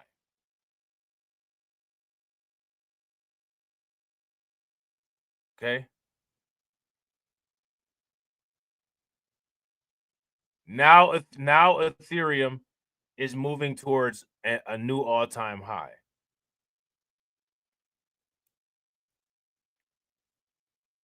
So, this kind of goes into things that we already talked about as far as Standard Charter. And this is what I'm talking about right here. Look at this. U.S. core inflation jumps to 5-month high as Ethereum hits 4,400. You guys see that? Now, see down here, the BTCC exchange announces first sports sponsorship with NBA's Jaren Jackson Jr. Okay. Now, look at this. 6 hours ago, you guys see this? Google altcoin search hits 5-year high as alt season fever returns to retail traders. Retail is about to come in and mess everything up. The dummies are on the way. Yeah, facts. If you guys agree with Carlton, give me a thumbs up. If you guys disagree, give me a thumbs down. Shout out to Carlton. Carlton says, based on our current portfolio, we're already future multimillionaires. Bro, facts, easy. Not only our current portfolio, but where we're trying to go, bro, we're gonna be into the millions while we're still trying to do the other things that we want to do. You know what I'm saying? Look at this. Ethereum ETFs draw record-breaking $1 billion in a single day. So Ethereum is going ham.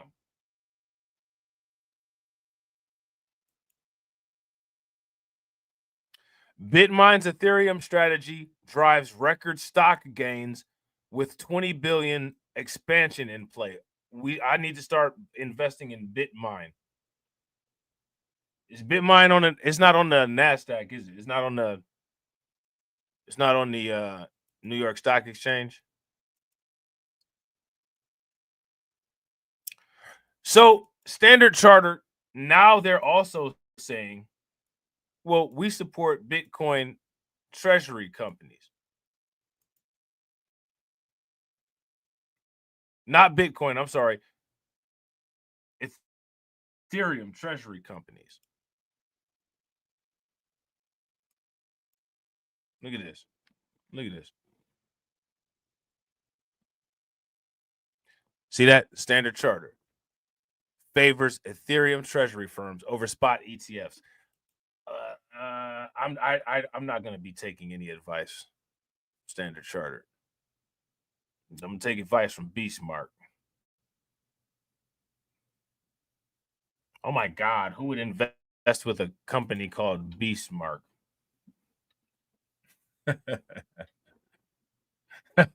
Hey, hey, who would invest with a company called Beastmark?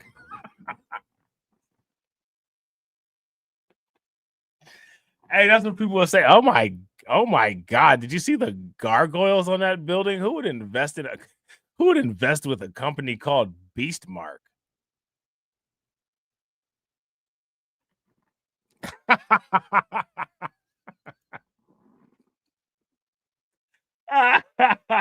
Facts.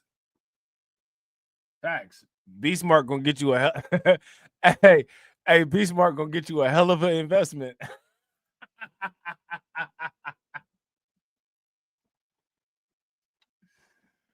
Oh man, hey, Beastmark is hilarious, man. That's hilarious. Hey, you know what's even funnier? I bet you most people won't even get it. Like, they won't even get it. You know what I'm saying? We can have like we can have like a stamp of like a devil's footprint and everything. Like, they still just wouldn't get it. You know what I'm saying?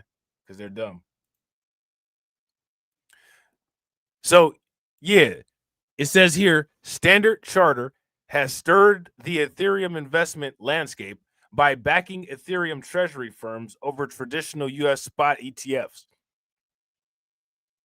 They also stirred the Ethereum investment landscape by gutting the price in March, but nobody's saying anything about that. And we're back dealing with Geoff again. Geoff Kendrick, head of digital assets research at the Global Bank, says firms like SharpLink Gaming now offer a more appealing route for Ethereum exposure. Okay. Kendrick's comments come amid rising volatility in Ethereum ETFs and the rapid accumulation of Ethereum by publicly traded companies, signaling a possible shift in institutional strategies.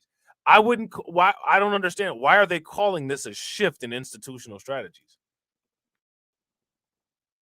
Shout out to AB Promotions. AB Promotions said, I'm listening. I'm making an omelet. What type of omelet you making? Technically, that omelet is a sacrifice. You know what I'm saying? That's what we do at Beastmark.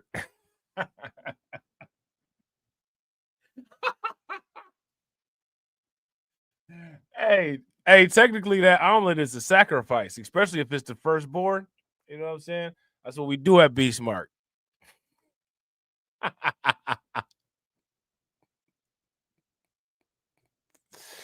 we call the birds we call the birds foul. You know what I'm saying? Like they did back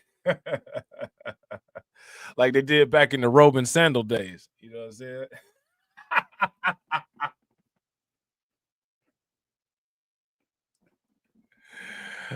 like, hey, like they did back in the robe and sandal days. You know what I'm saying? keeping it biblical. You feel me? So now here it says treasury firms versus ETFs, the emerging choice. In a recent statement to Be in Crypto, Kendrick emphasized that Ethereum treasury firms, which are public companies that hold ETH on their balance sheets, are becoming a better investment option than Ethereum spot ETFs listed in the US. Now, here goes my question. Based on what data? It's always the based on what data question, right? Here he comes with this based on what data question. Shout out to Dwayne. What's good with it, bro? Hey, look, right. Hey, shout out to Brooklyn Queen. Brooklyn Queen said, Beastmark Financial, saving souls, one Satan candle at a time. Right. And the candlesticks that we talk about are lit by hellfire. You know what I'm saying? Shout out to Carlton. Carlton said, I'll be taking profit from my memes this altcoin season and buying more Bitcoin and Ethereum. Bro, facts.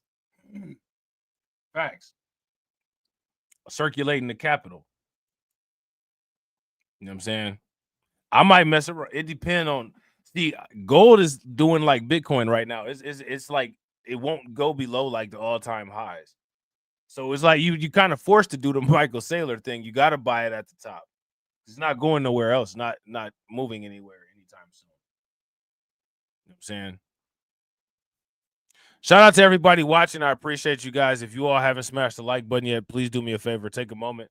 Please smash the like button. Also, if you guys haven't hit the bell, please take a moment, hit that bell, and also please share the stream to your social media. Yeah, like we don't have a choice. You got to buy it at the top. Everything is stuck at the top. So now it says he noted that over the past 2 months, these firms have accumulated about 1.6% of Ethereum's total circulating supply, on par with spot ETFs over the same period. Kendrick also pointed out that the net asset value multiples of such firms are beginning to normalize, with companies like SharpLink Gaming trading just above a NAV multiple of 1.0. So, you know, this Bitmain company and SharpLink Gaming, those are companies that if we can find where the stock is available at, I don't think it would be a bad idea to get some of that stock the same way it's not a bad idea to grab some micro strategies. If you guys would agree, give me a thumbs up. If y'all would disagree, give me a thumbs down. I see no reason for the NAV multiple to go below 1.0, Kendrick said. These firms offer regulatory arbitrage for investors. Given current multiples, ETH treasury companies are a better asset to buy than spot ETFs. Now, I'm curious, does Standard Chartered feel the same way about the Bitcoin treasury companies? What do you guys think? Do you guys think that they feel this way about the Bitcoin treasury companies or not? Let me know what you guys think. The NAV multiple measures how the company's market cap compares to the value of the ETH that it holds. So this is just a ratio. A multiple above 1 suggests that market values additional benefits such as staking rewards, future Ethereum growth, and operational leverage. I want y'all to take a step back. All right, take a step back. They said that Tom Lee has what, like 600,000 Ethereum? How much staking income is that bringing?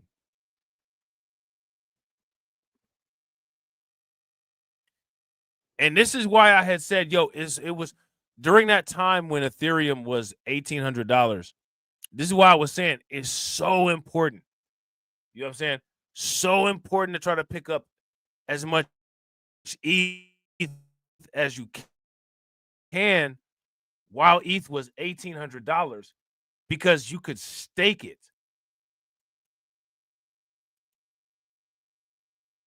You could stake that ETH, that cheap Ethereum that you bought.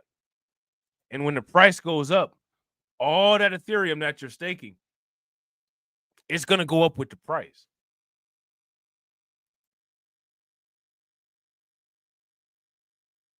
That was the whole idea. Now, I want you guys to tell me, what are some publicly traded Ethereum treasury companies? Got to get the Ethereum treasury companies. Treasury firms began emerging in stealth mode earlier this year and have rapidly expanded their holdings. Standard Chartered estimates these companies have collectively amassed over 2 million Ethereum, with projections suggesting they could add up to 10 million Ethereum in the coming months. Now, let me ask you guys this question. Where was this being discussed at? These companies weren't making it public. Shout out to Dwayne. Dwayne said realized staking is double dipping. More money. Yeah. Yeah. Staking is the new way to earn passive income.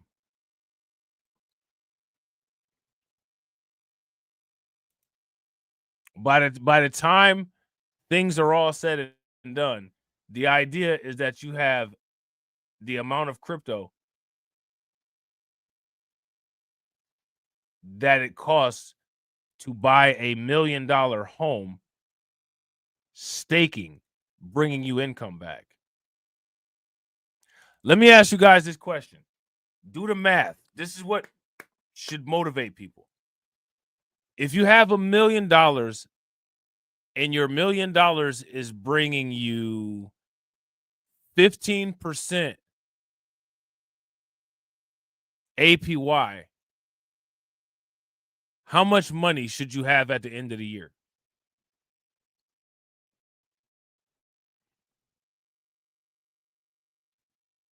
Shout out to Brooklyn Queen. Hey, Brooklyn Queen, can you throw that link into the Discord too?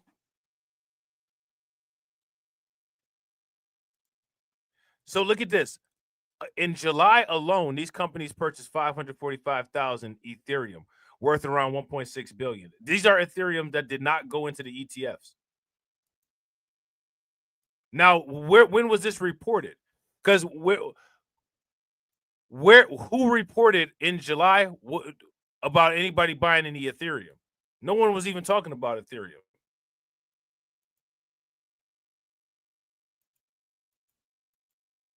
And look at this. This is what they talk about when they talk about quote unquote quiet accumulation.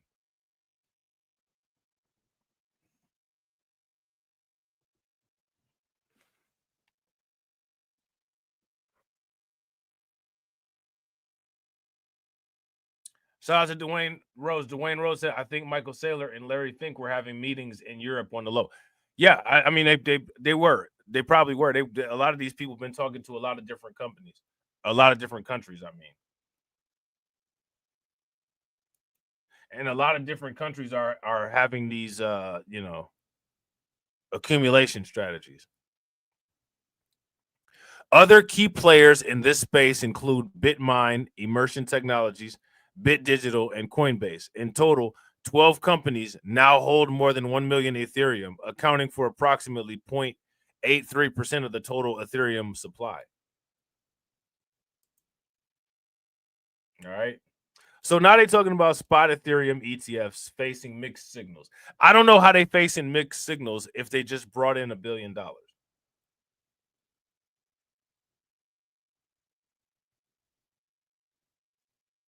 You know what I'm saying? Like, I want you guys to see. You see that where it says that, right? Mixed signals. Now look at this article right here, and this article is from today as well. And shout out to everybody watching. I appreciate you guys. If you all haven't smashed the like button yet, please do me a favor. Take a moment, smash that like button. Also, if you guys haven't hit the bell, subscribe to the channel. Ethereum ETFs draw record-breaking $1 billion in a single day. That would tell me that there's interest. And of course, BlackRock leads the way with 640 million as Ethereum attracts growing institutional interest in ETFs. And then BlackRock has the in-kind Ethereum ETF, right, where you can have Ethereum redemption.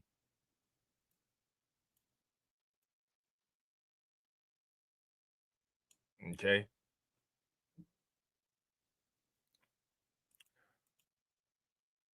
So let's go back to this one. All right.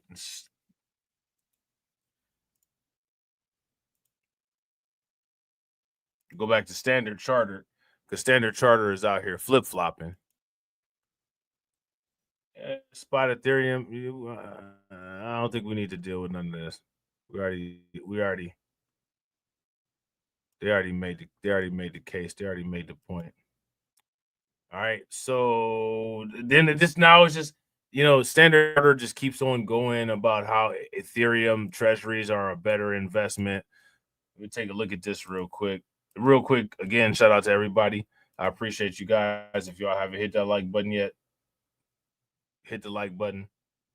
If you haven't shared the stream, take a moment, share the stream. Let's take a look at these prices real quick. Look at these prices. Bitcoin, $121,903. Ethereum is $4,661. And again, like I said, you just start to see crazy stuff. People talking crazy, $60,000 Ethereum. Like, just relax. Let's just make sure Ethereum can stay over $4,000 for a sustained period of time. BNB coin at 850 is good. You know what I'm saying? So we need Solana to go. We need Solana over $350 by the end of the year.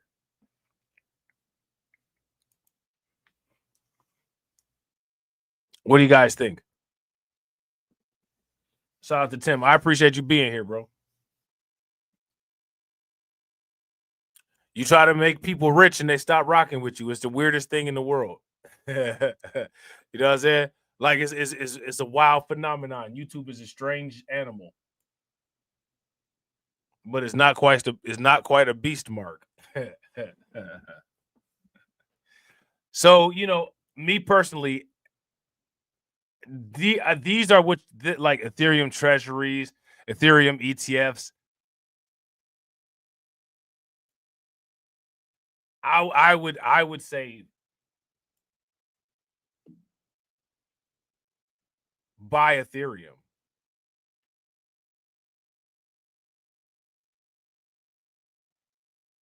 You know what I'm saying?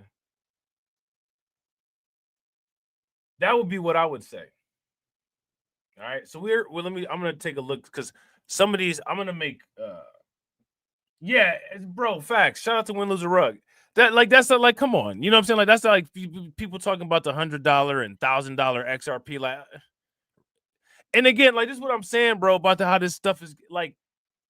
So just in March, Ethereum's not even gonna make $4,000. Okay, Ethereum has been over $4,000. Now all of a sudden it's gonna jump up to 60,000, or it's gonna jump up to 10,000. Like, just These whack wild predictions are part of what contributes to a lot of this price volatility. Like, whoa, slow down. You know what I'm saying? Slow down. Let's stay, within $4,000 in the $4,000 range for a little bit. Let's just get comfortable there for a little bit. Just, you know what I'm saying? Like, sit down on the couch, find a nice little spot, stretch your feet out, stretch your arms out, stretch your legs out, relax. You know what I'm saying? Sit down for a minute. Turn the TV on, sit back. You know what I'm saying? Like, relax, right? They ready to Ethereum about to go to the moon. Like, just let's not do that. You know what I'm saying? Let's not do that. So we got this article here from Cointelegraph, and it says Ethereum hits multi-year high as Tom Lee's Bitmine plans $20 billion Ethereum raise. That's what we need. Yeah, have a plate. You hungry? You want something to eat? I got some extra food in there. Come, what you want? You want some leftovers? Let's go. Just sit down for a minute. Where you go? You in a rush? Where you going? You got to get to work or something? What's up? Ethereum price action targets all-time highs amid excitement over Bitmine's giant accumulation plan, shifting the focus away from range-bound Bitcoin. And again, I mean, range-bound we're got really Bitcoin is now range-bound. Okay. Ethereum gains nearly 6% on the day as Bitmine ups its Ethereum accumulation plans to nearly 25 billion. Chairman Tom Lee gets Michael Saylor comparisons as analysis says Ethereum price action is defying gravity. I mean, okay. I don't think it is. If we got to some of those astronomical price predictions that they're talking about for the end of the year, then yeah, then I guess maybe like that would be defying gravity. But I wouldn't say that any of this is defying gravity. No. Would you guys say that this is defining gravity? I wouldn't say that this is defining gravity. Or defying gravity, I should say. I'm sorry. It's not defying gravity. Shout out to Leonard. What's good with it, bro? Yeah, this is yeah. It's the same. It's the same thing that works for like YouTube titles and stuff, videos. 1 ETH will make you richer than Elon Musk. Everybody will watch the video, despite the fact that everyone knows 1 ETH is not going to make you richer than Elon Musk. Like, it's ridiculous. If you can get to just 1 Bitcoin, you'll live forever. Like, no, you won't, but okay. Sure, and like, thank the million people that watched this idiotic video that's lying to you. You know what I'm saying? Look at this. Bitcoin continues to range below 120,000, shrugging off cool US CPI data. Bitcoin continues to range below 120,000. I'm pretty sure Bitcoin is above 120,000. This article was published today. You know what I'm saying? Let's take a look real quick.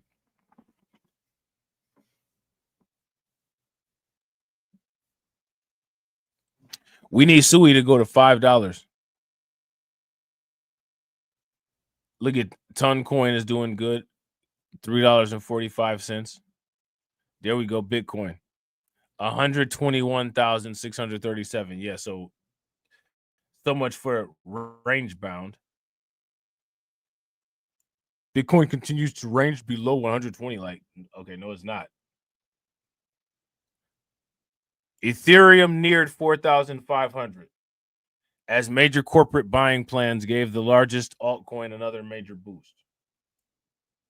These green candles are beautiful.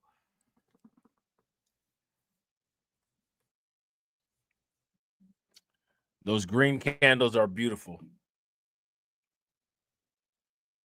Yeah, you got to have your mouth open and your eyes need to look like they're popping out of your head in order for people to watch a video on YouTube. Or the title's got to say something just ridiculous about black people. You know what I'm saying?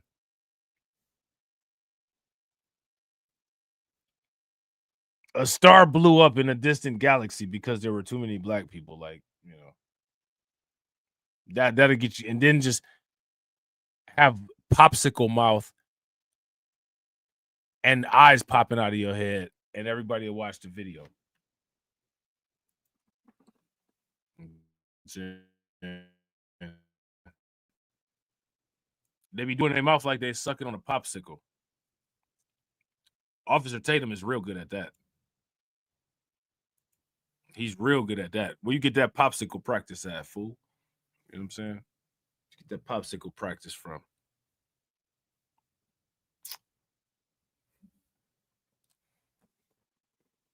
Shouldn't have them kind of skills, boy. Shouldn't have them kind of skills, boy.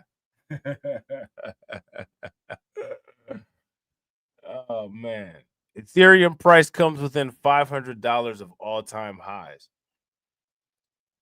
Data from Cointelegraph Markets Pro and TradingView showed Ethereum US dollar reaching $4,457 on Bitstamp, its highest since December of 2021.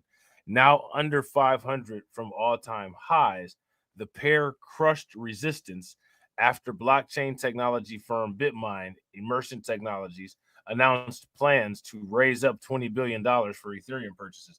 Now, another thing that's interesting about this, these companies can these companies can manipulate the prices of the crypto that they buy, but they're not able to manipulate the stock, you know what I'm saying, like the stock price. So if they're able to get like majority stakes in these chains, they could say all of the price manipulative comments that they want currently and not get in any trouble for price manipulation.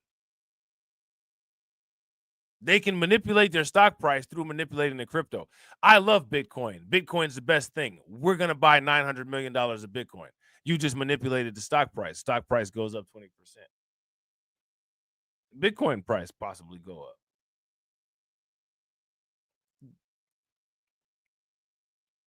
This is like a tangent type, divergent type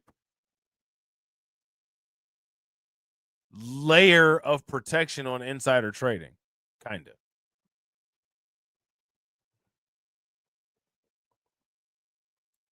You know what I'm saying?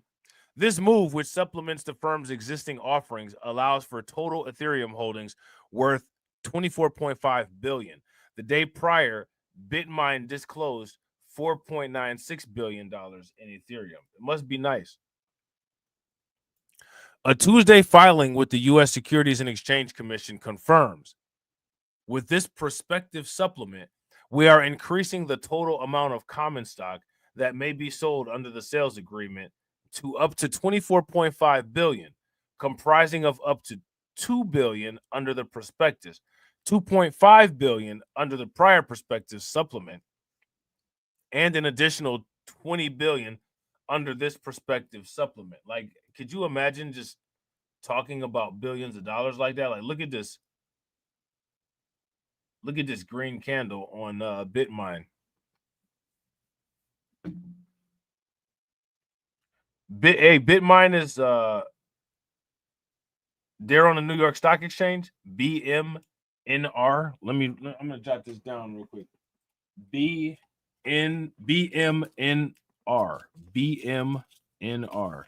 Hold on real quick.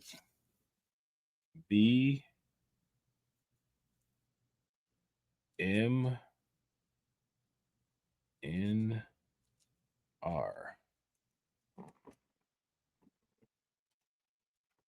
Now, let me ask y'all this. Why do you guys think that they're moving away from Bitcoin? Because clearly they used to deal with Bitcoin. You can tell by the name, right? So do you guys think that they see possibly more value in Ethereum than they do in Bitcoin, or what? What's up? What's the deal? What's the dealio?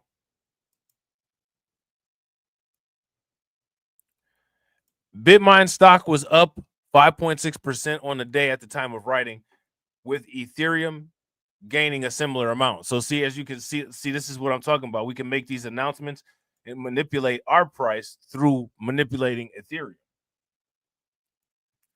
Market participants were unsurprisingly bullish on the outlook for the Ethereum price strength. Ethereum has surged more than 100% in less than 2 months. Crypto trader, analyst, and entrepreneur Michael Van de Pope noted in a post on X. Okay, this move is comparable to the Bitcoin ETF launch when Bitcoin continued to rally upward. How is this comparable to how? Bitcoin went from 70,000 to like 90,000 when that happened. What are they talking? No, wait a minute. When the ETFs launched, Bitcoin went from like 40,000 to 70,000, right? That was the 40 to 70 move, right?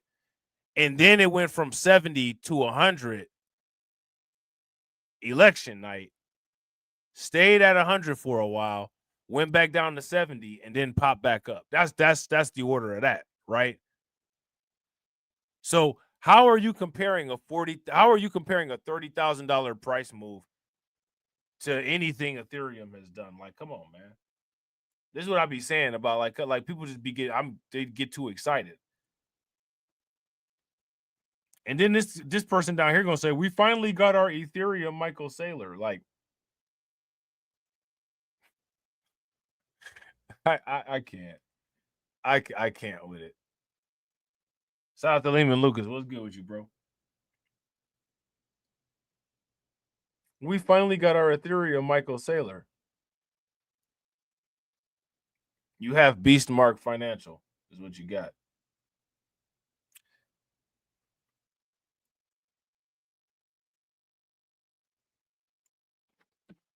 Crypto investor and entrepreneur Ted Pillows likened Bitmine chairman Tom Lee to strategy CEO Michael Saylor, who oversaw the accumulation of the largest Bitcoin corporate treasury. We finally got our Ethereum Michael Saylor. Bitmine wants to buy 20 billion? $20 billion in Ethereum. Let's go. Yes, please buy it. Buy it all. Bring the price up. Let's go.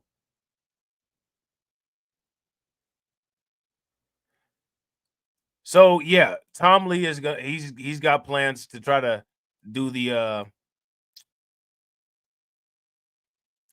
micro strategies thing with Ethereum. What do you guys think about that?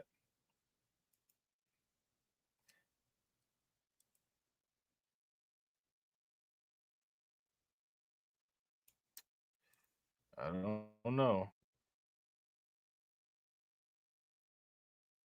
Oh.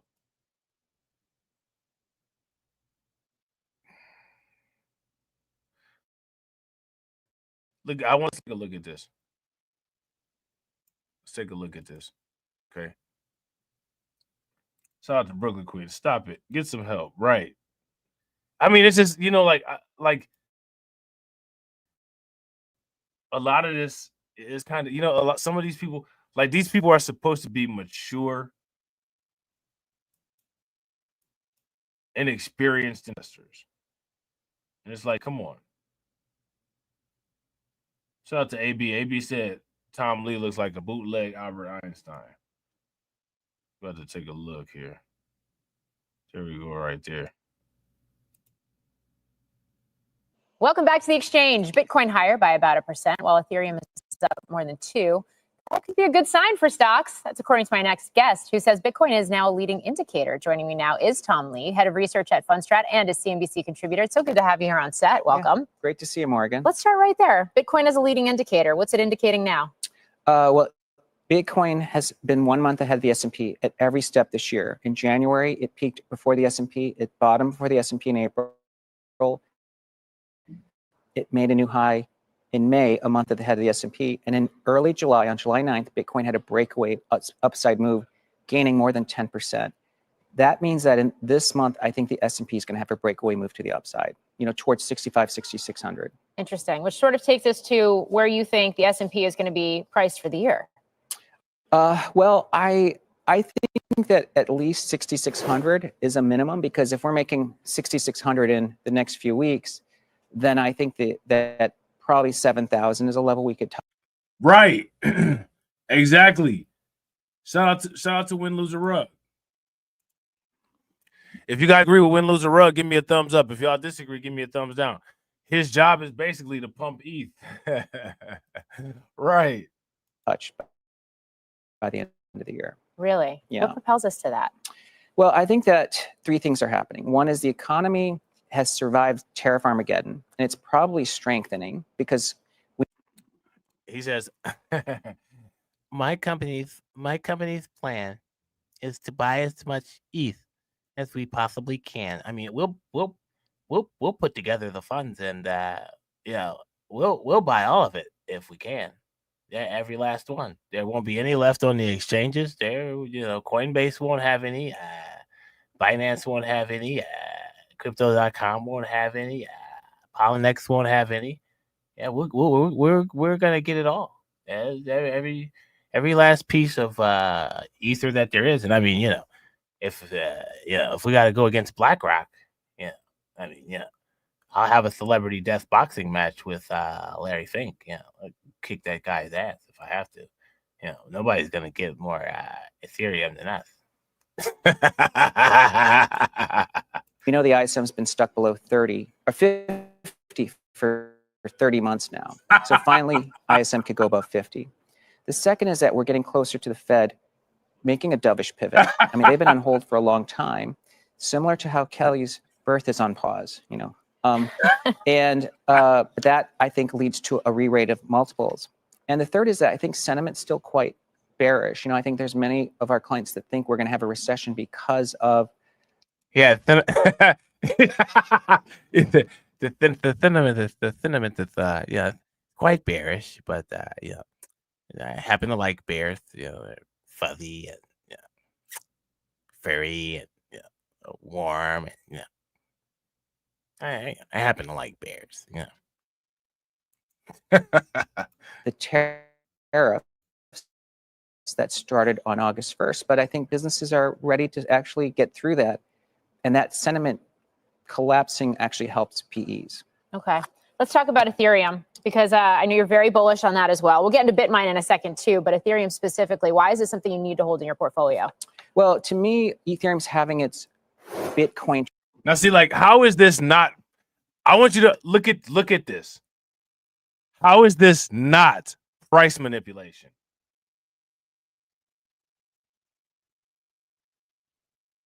Right. Shout out to Brooklyn Queen. Right. If he gets a catchphrase remix, I'll take him serious. We have to see if he got one out there. You know what I'm saying? Like Michael said, it's going up forever, Laura. Shut up, bitch.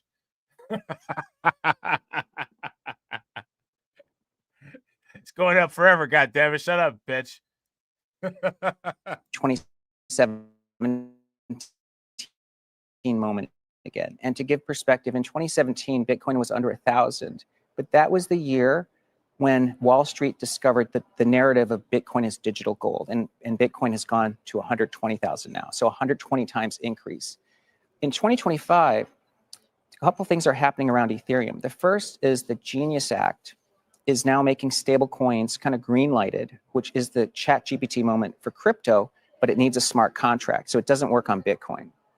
The second is the SEC is pushing forward with Project Crypto, which is actually asking Wall Street. Ethereum is the preferred choice for Wall Street because it's had zero downtime since inception. matching what the banks want, 100% uptime. It's also the most legally compliant and secure blockchain because it's recognized in the US and it's the second largest blockchain. And the third is almost all of it is taking place on Ethereum. JP Morgan's building their stablecoin on Ethereum. Robinhood is tokenizing on Ethereum. You know, the custody banks are doing it on Ethereum. So it's really right, exactly. Shout out to Win Lose the Rug. Win Lose the Rug said bro's pumping his own bags on national television. And again, like, this is what I'm saying. Like, how is this not? This is the same thing Elon Musk did every single time he went on Saturday Night Live and irresponsibly would mention Dogecoin or Shiba Inu. Like, I don't understand. Like, how is this not price manipulation?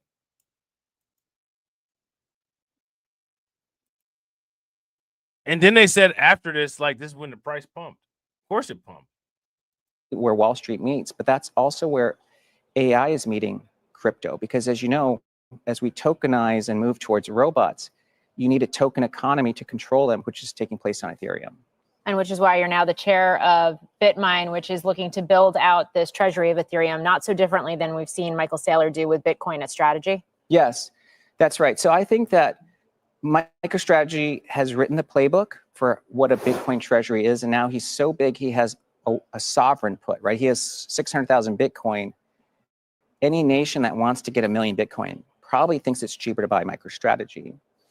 The Ethereum treasury model, which is where now that was directly telling the United States to buy MicroStrategy stock, which is clearly going to pump MicroStrategy stock. Did you see that? If you guys saw that, give me a thumbs up. If you didn't, give me a thumbs down. This is quote unquote business passing through hands. Like, Tom Lee is talking in puzzle language, but we know what this puzzle language is. Any nation that wants to get 1 million Bitcoin, you're talking about the United States. You know what I'm saying? Yes, that's right. So I think that MicroStrategy has written the playbook for what a Bitcoin treasury is. And now he's so big, he has a sovereign put, right? He has 600,000 Bitcoin. Any nation that wants to get 1 million Bitcoin probably thinks it's cheaper to buy MicroStrategy. The Ethereum treasury model, which is we're trying to be the MicroStrategy of Ethereum, works similarly, but we're at the earliest stages because if this is the 2017 moment for Ethereum at 3,700, it could make a move to 30,000 or more. On top of that, Ethereum. You see that? Now, remember what I said? This is what happened with Bitcoin. Like, Bitcoin was sitting at around $4,000 or $5,000, and then it dipped like all the way down to 1,500, and then it shot up to $20,000 like at the end of the year in November, December. This is what he's talking about, and I remember that very clearly because I had crypto, and I remember looking in disbelief. Pays you for providing network security by staking. That's a 3% yield. So BitMine owns over $3 billion worth of Ethereum. When we start staking and it's legally compliant, all within the US, that's more than $100 million of revenue. Jesus, you hear that? That's more than just from staking, $100 million in revenue.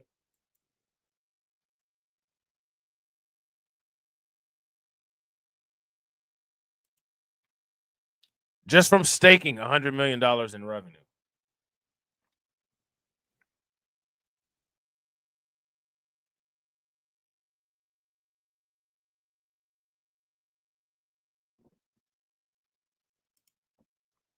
$3 billion worth of Ethereum.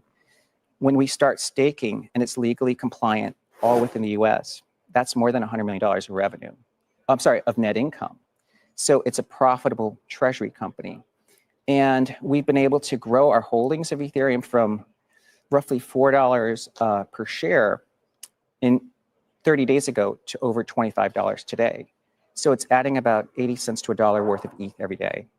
Interesting. I mean, when I think about strategy, it is really kind of, it's the whale. And now, see, that's what, if I'm not mistaken, I read somewhere, that's all of the purchases that MicroStrategies makes it's equivalent to buying 80 cents worth of Bitcoin every day or something like that. If I'm not mistaken, I think they said that it's equivalent to buying like 80 cents worth of Bitcoin every single day. Bitcoin market, just because they have been buying up so much Bitcoin. So if Bitmine is taking a similar approach to Ethereum, where do you see prices for Ether going? Well, I looked at some research from Sean Farrell, who's our head of digital asset strategy, and he put out a presentation about Ethereum today.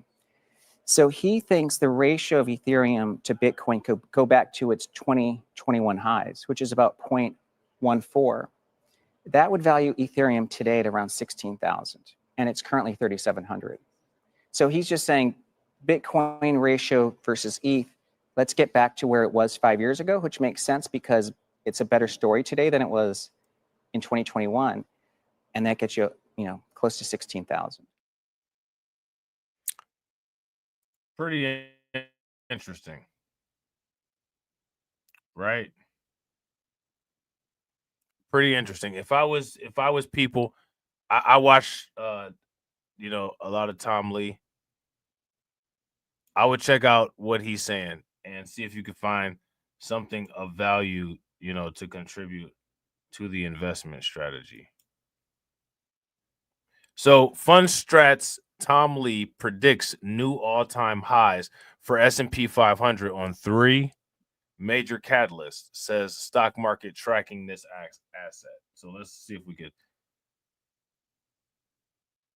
Of one risk asset. Okay, Bitcoin. So that's what it is. In a new CNBC television interview, Lee says the S&P 500 is tracking the behavior of Bitcoin, providing several examples throughout the year to show that the crypto king is ahead of the stock market index in terms of price action. All right. So, yeah, this is all very interesting. This is all very interesting. All of these are tools that everybody should be using to make themselves rich. Right? Let's take a look at Crypto Potato.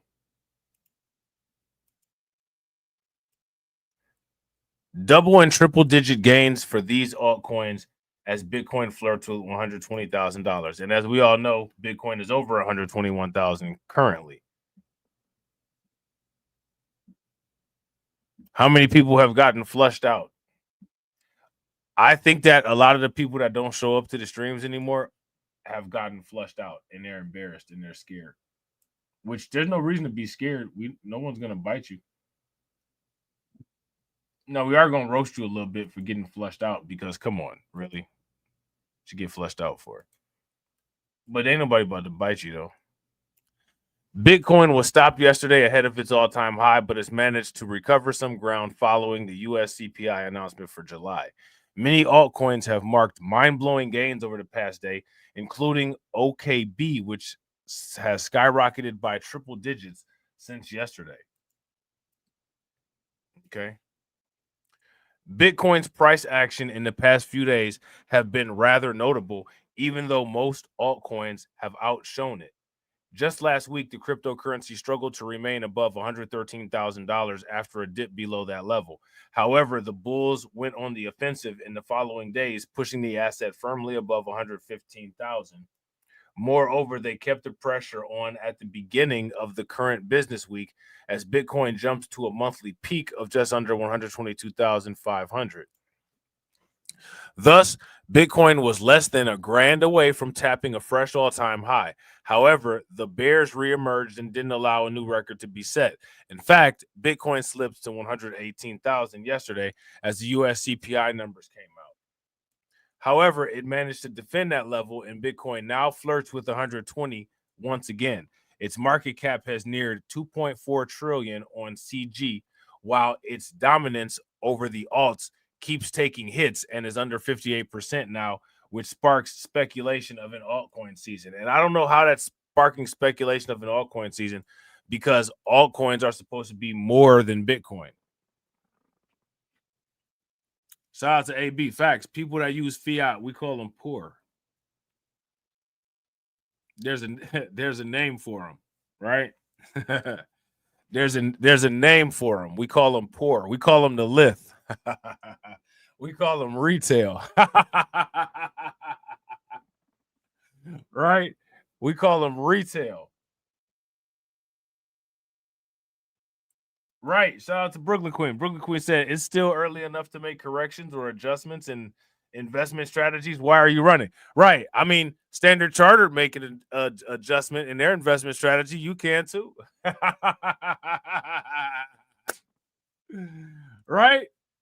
If Standard Charter can make an adjustment in their strategy, well, hell, then you can too.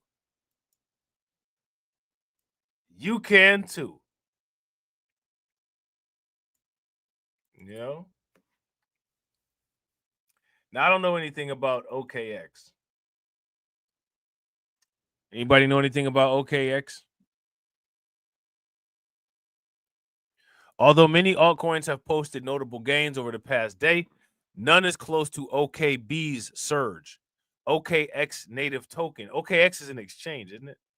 Has shot up by 130% on a daily scale to a new all-time high above 135, registered just hours ago. Despite losing some ground since then, OKB is still within a triple-digit price territory. Far behind are alts like GT, CRV, and Pump, which are up by 13 to 15%. Solana, Doge, and Cardano have also surged by double digits from the larger cap alts. Ethereum has neared its 2021 all-time high after soaring past 4,600. The total crypto market cap keeps pumping and has risen to 4.16 trillion on CoinGecko. Now, I want y'all to imagine this, right? Like, imagine this.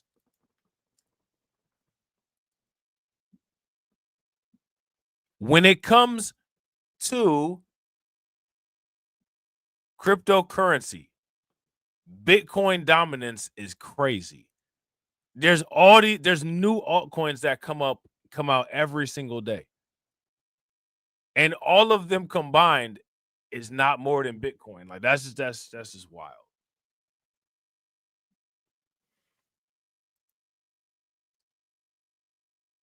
That's just wild. Look at Crow. Look at Crow. The only one in the red. Look at Crow. Look at Crow, Carlton. The only one in the red. It's a sea of green on this heat map, and Crow sticking out like a red sore thumb. Anyway, best performers: OKB, Pump.Fun, and Solana. Worst performers: look at Kronos. Provenance. Is this Provenance Blockchain, Sky, and Kronos.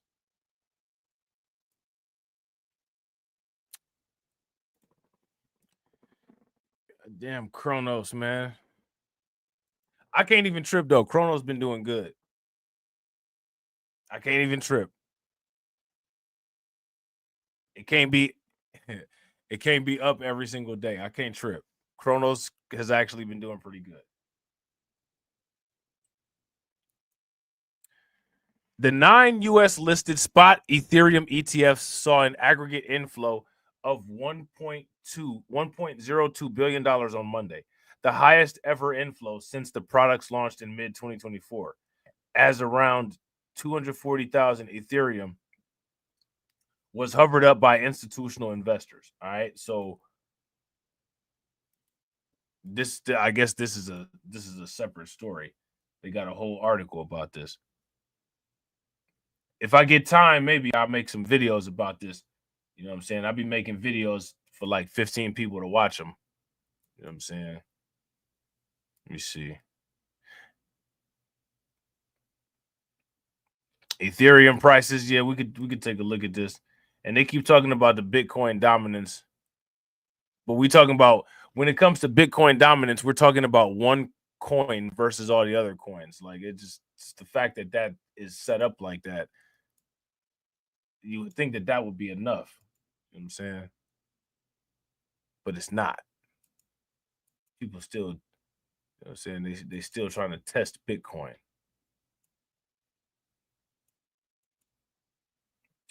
I told you, man, it's gonna sound like I'm a Bitcoin maximist, but I'm not. So let's take a look at this. Shout out to everybody watching. I appreciate you guys. If you all haven't smashed the like button yet, do me a favor, take a moment, smash that like button. Also, if you guys haven't hit the bell, please take a moment, hit that bell, and also please share the stream to your social media. Now, we have to, there's now Discord activities, right? After we stream, at some point, when we go into the Discord, we have to list all of the coins included in the meme crow strategy. There was a stream that I was supposed to do the other day, and we was going to talk about Pingu. Shout out to Carlton. He posted an article about Pingu. I didn't get a chance to because I was too tired the last 2 days. Man, your boy had to get some sleep. You know what I'm saying? But I've been slacking, and I was like, I'm gonna make sure that I at the very least get a stream in, even though ain't nobody gonna watch it anyway, but like 6 or 7 people. You know what I'm saying? Because it's just too much for everybody. Crypto is just too much. And crypto is just too much for everybody. And, you know what I'm saying, a bunch of the people that would be in my streams, they busy filling out ICE applications. You know what I'm saying? So they can't make it to the stream. See, when they got a lot of people saying, join ICE. Black Americans need to go join ICE. Y'all can go join ICE if you want to. You know what I'm saying? Y'all do that. And while y'all do that, we're going to be joining the new oligarchy that's forming. Because I just think it's just more comfortable. You know, I'd rather have a private plane, you know what I'm saying, than sit around in the desert trying to catch people, you know what I'm saying, across the Rio Grande. That's just me. You know what I'm saying? It's just me. I'd rather have a nice 80-story building with a glass elevator and a hidden elevator that goes to parts of the building that aren't available to the public for after-hour activities. You know what I'm saying? Instead of working overtime. That's just me. You know what I'm saying? Some people like to do what they do. I like to do what I do. You know what I'm saying? And, you know what I'm saying, running around in the desert working overtime, that ain't what I like to do. You know what I'm saying? I'm trying to be part of the new oligarchy. I instead of wearing a police suit, because I don't mess with law enforcement, I would rather wear a tailor-made suit. It's just what I like. You know what I'm saying? It's just what I like. So yeah, man, according to this, the floodgates are about to open. Ethereum smashes 4,000. As you guys can see, this is an old article. Time goes fast in crypto land. Now, Trump clears 401ks for crypto. And as you guys can see here, whales load up billions in Bitcoin and Ethereum. So they've been loading up. The whales have been loading up. They've been buying Bitcoin. They've been buying Ethereum. We've been saying this for quite some time now. Okay.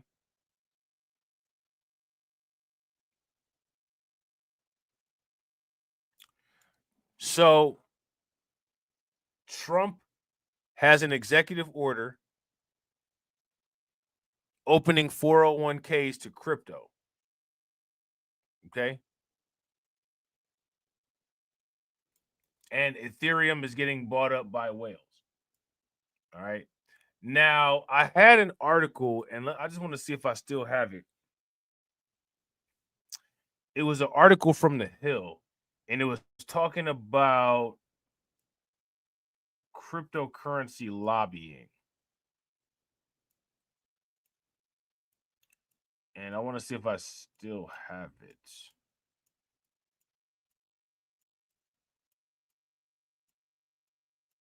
Let me see. These micro trades next decade.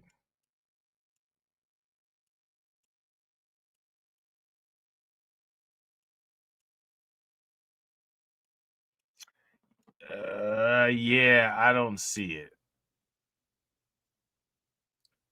Now you guys know about Figma, right? And look at this. I'm about to show y'all this. I forget who sent this. See, hold on. I think I still got it. Shout out to everybody. If y'all haven't smashed the like button yet, please do me a favor. Take a moment, smash that like button. Also, if you guys haven't hit the bell, please take a moment, hit that bell. Also, please share the stream to your social media. Take a look at this.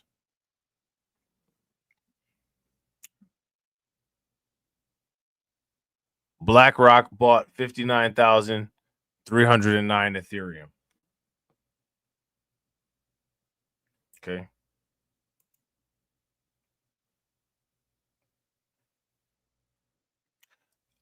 A lot of these people are buying these coins like they're meme coins. Okay.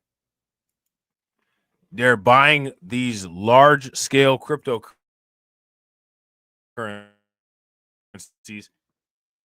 in volumes like they're meme coins.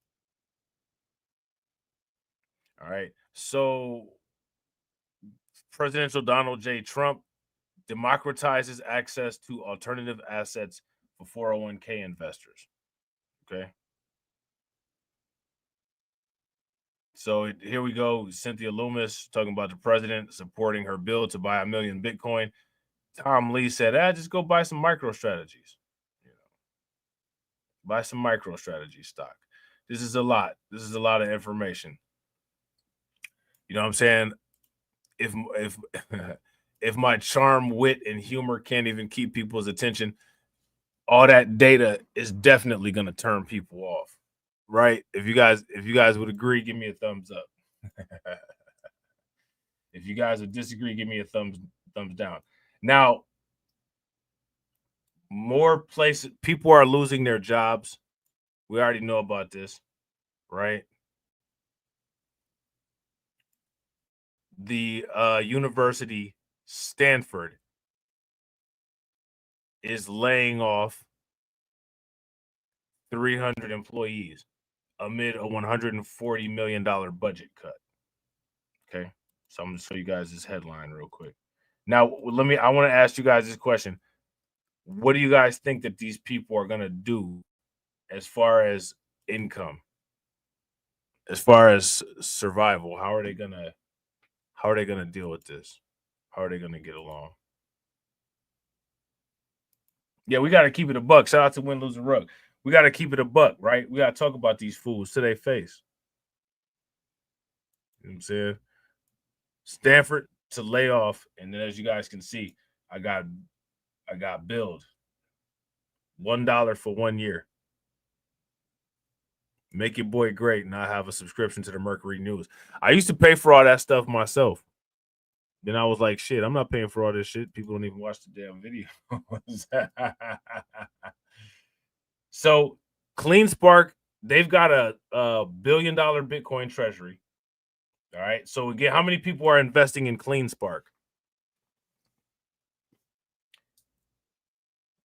If you guys are investing in CleanSpark, give me a thumbs up. If you're not investing in CleanSpark, give me a thumbs down. PayPal is also going to be letting new merchants accept new cryptos, including Doge and Trump coin. Okay. Now, there's just so much information. So much information that we could talk about.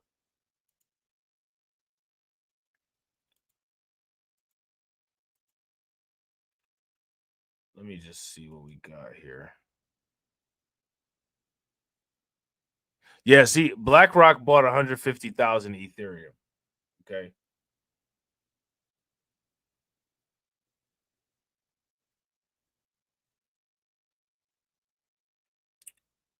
Yeah, there's a lot.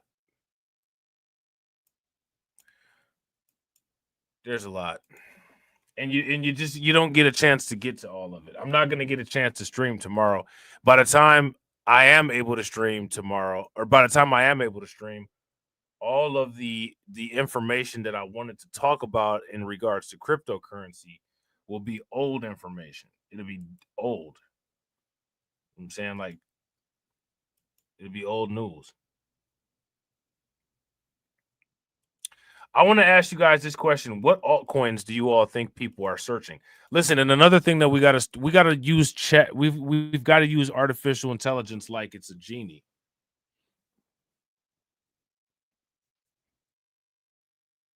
We got to ask the artificial intelligence revenue generating questions so to get revenue generating answers. If you guys would agree, give me a thumbs up. If you guys would disagree, give me a thumbs down. We had to put artificial intelligence hard at work for us. All right. Google searches signal altcoin season as Bitcoin dominance dips below 60% and institutional rotations into Ethereum intensify. Okay. Google search activity for altcoin has reached its highest level in 5 years, matching interest levels seen during Ethereum's foundation. What do they mean last seen during Ethereum's foundation? The surge coincides with a shift in market structure as Bitcoin's share of total crypto market has slipped towards 60% after peaking mid-summer, a pattern that has often preceded periods of stronger performance in alternative cryptocurrencies. Ethereum has subsequently reached multi-year highs, breaking 4,500. Now, do you guys remember when I kept saying, like, remember how we would see like certain days and we'd be like, yeah, the crypto market is doing good. Like, and it's like, nah, remember, I would keep emphasizing that. I'm like, the crypto market is not doing good. Bitcoin is doing good. Everything else is doing really bad. You guys remember I kept saying that? Like, we would have days where, like, you know, something might pop, like Solana might go up maybe like 7%. It's like, oh, you know, Solana going up, you know what I'm saying? But then I would just remind everybody, this is an illusion. The cryptocurrency market is not doing very well. Bitcoin is consistently doing well. And Bitcoin is so big, it makes it look like the entire market is doing really well. The rest of the market is really struggling. Nothing is at 50% of all-time high. Like, I think Zbeck Network is like the only token that's at like all-time high at the time. Zbeck Network and Bitcoin. Everything else, not so much. Remember, I kept saying, you will know when it's altcoin season because everything will be up, like the lowest increase that you will see in altcoins, like Bitcoin will steadily go up. Like Bitcoin will go up, you know what I'm saying, between like 3 and 8% every day. Altcoins will be looking stupid. Like altcoins, like every altcoin will be up 20%. Every altcoin will be up 30%. Some coins will be up 40, 50%. That's when you know it's altcoin season. Like what you could tell, these are people that are not cryptocurrency veterans that have just adopted certain words or just adopted certain talking points or adopted certain ideas and are just saying them, but they're not saying them with any experience. I'm telling you, when you see Ethereum go up 20% in one day, when you see Solana go up 30% in one day, when you see XRP go up 50%, when you see SuiSwap double, when you see the meme coins, like when you see Pepe go up 60% in one day, Dogecoin going up like 90% in one day, that's when it's meme coin season. Or I mean, that's when it's altcoin season. It's not mistakable when it's altcoin season. You don't ask any questions except for, is this legal? You know what I'm saying? When it's altcoin season, because your cryptocurrency wallet is going to go so crazy, you're going to think something illegal happened. You know what I'm saying? I'm telling you, I saw $1,500 turn into like 38,000 overnight, and I was scared. And that's not even a lot of money. If that same type of thing happens this altcoin season, man, I'm out to paint. I'm out to paint. You know what I'm saying? Shout out to Carlton. Carlton said, I wish altcoin has an actual start date. It does. That start date is when everything is, all altcoins are up at least 10%, and the Bitcoin dominance is like 49%, 50%. That's the date. When those events happen, you know what I'm saying? Like, you know how they be like in the prophecies, like, oh, there has to be an eclipse on summer solstice, you know what I'm saying, and winter solstice, and that's when you know what I'm saying? Like, you will know when it's altcoin season. You will not make there will be no mistakes when it's altcoin season. So yeah, bro, I wasn't at home. That was the first time I had ever flown an airplane. I was all the way in Florida. I'm like, man, what? Bro, I was scared. It went from on Binance, I went to bed, it was 1,500. I woke up, it was 3,800. I said, what the hell?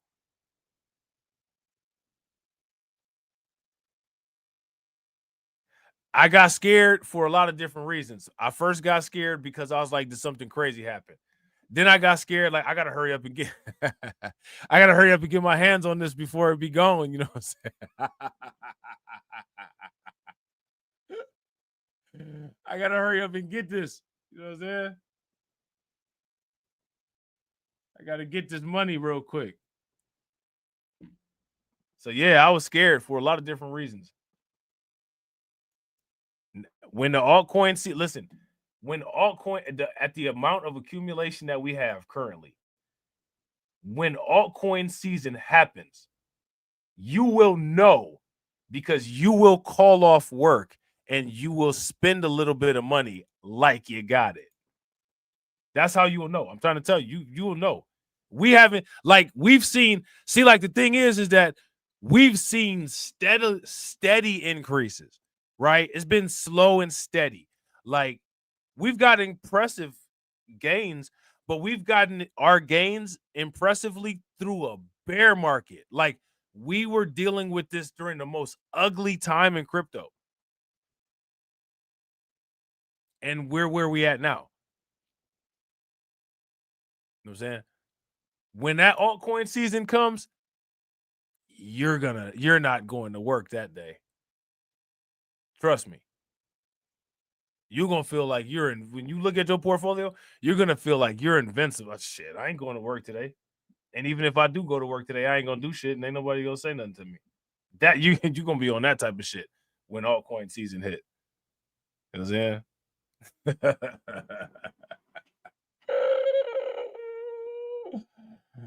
We got to look at some other coins, some coins that have a lot of value also that's not really talked about.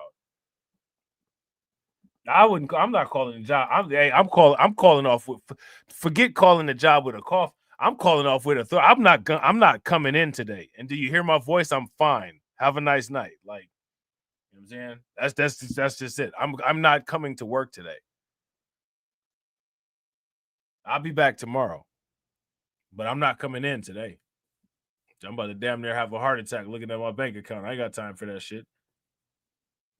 You know what I'm saying? I can only take so much stress. I'm not trying to get stressed out at work and be stressed out at home because I got so damn much money. Shit, I'd be the messed around and had a heart attack and not be able to spend any of it. Shit. Hell yeah, I'm calling. No, y'all gonna have to get somebody else to do this bullshit tonight.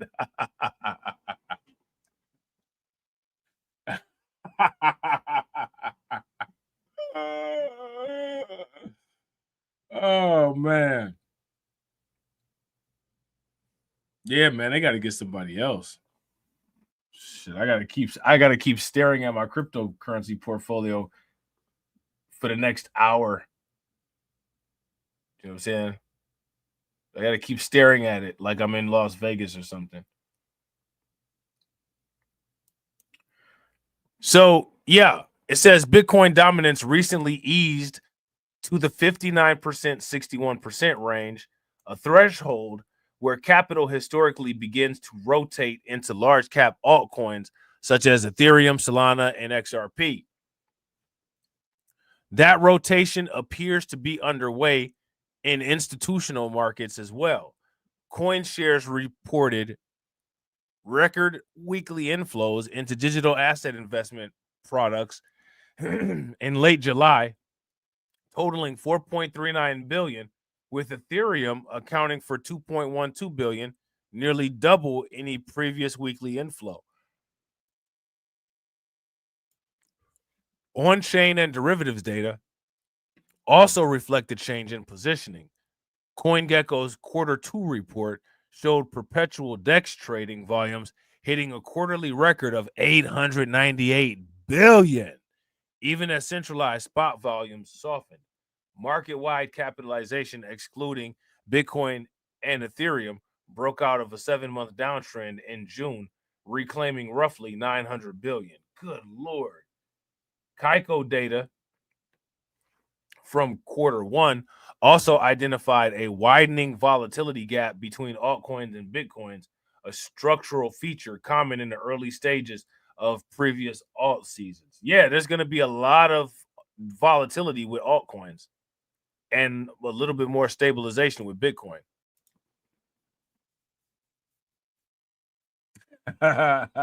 Right. Shout out to Windows and Robb, bro. Facts. Yeah. Hey, look, bro. I'm not coming to work today. I don't know what to tell y'all. Oh, but we need. I'm not coming. You know what I'm saying? Hey, I'll be back tomorrow. I can't come today.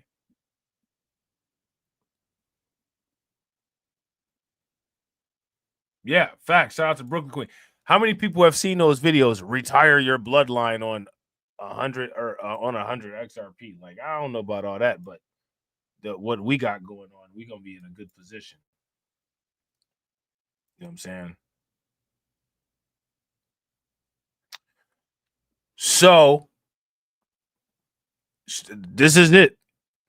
The current alignment of high search interest, a decline in Bitcoin dominance, elevated inflows to non-Bitcoin products, and increased leverage on alt-heavy trading volumes mirrors conditions seen ahead of major altcoin cycles in both 2017 and 2021.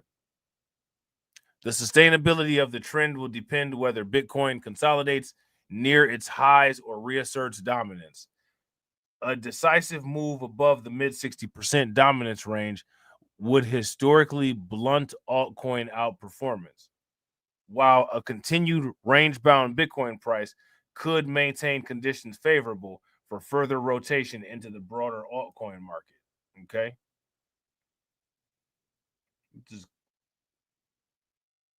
Yeah. So yeah, man. We got a nice launch pad, right? We got a nice launch pad for altcoin season. Okay?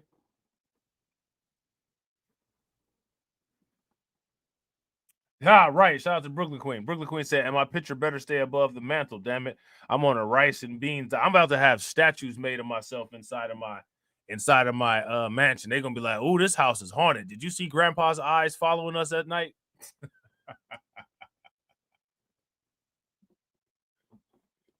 They're gonna be like, the eyes lit up on the statue and they was following me last night. They can take your ass to bed then. You know what I'm saying? She running around the house for it 3 o'clock in the morning. Get your ass in the bed and you wouldn't have seen that shit.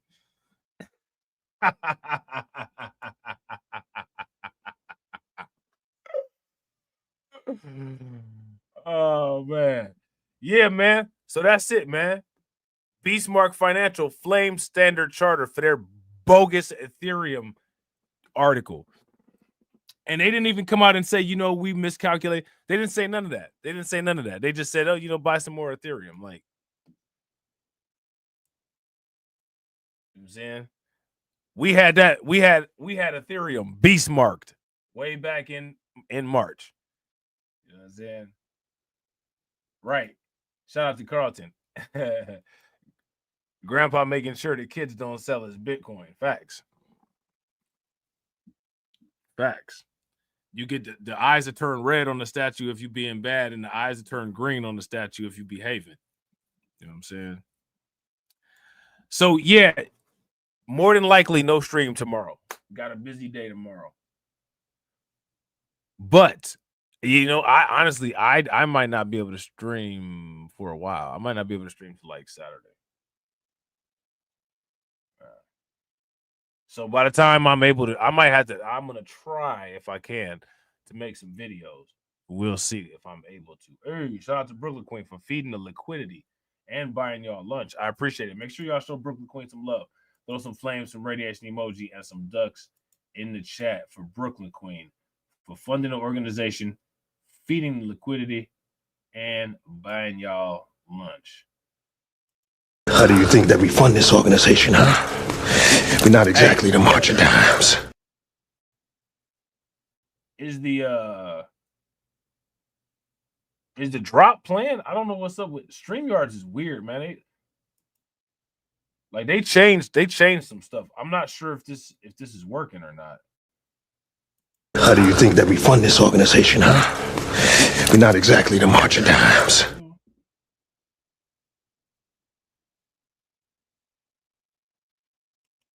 So weird, man. Hey, did the let me know, y'all, if the oh, it played. See, it's not even showing that it's playing. See, it's a glitch on here or something. It's not even showing that it's playing. Eat the cat. Play. Can y'all hear? Can you guys hear me? I don't know what's going on. It's kind of weird. It's not showing those seconds. It's not showing playing time. It's not showing none of that. In Springfield. So don't push me. Ain't Donald Trump trying to grab him by the. Said it was some Haitians somewhere out in Springfield. Women doing cartwheels. Have you seen Garfield? Eat the cat. Have you seen Snowball? This about to snowball. Hey, are y'all still able to hear me? Like, am I talking over? Miss me like an airball. Tell me where my cat is coughing up like a hairball. I gotta tell them if they even put the fingernail on Santa's little helper to turn them to hamburger helper. Somebody better help them, cause I'm going to jail for showing them fellas helter skelter. Usually I'm content, but if you touch my dog, then I'm turning into John Wick. I'm lit. Bird better drop it. If you touch my pet, then I'm pulling up like CrossFit. They're eating the dogs. Eat the cat. It's a shame, it's a pity.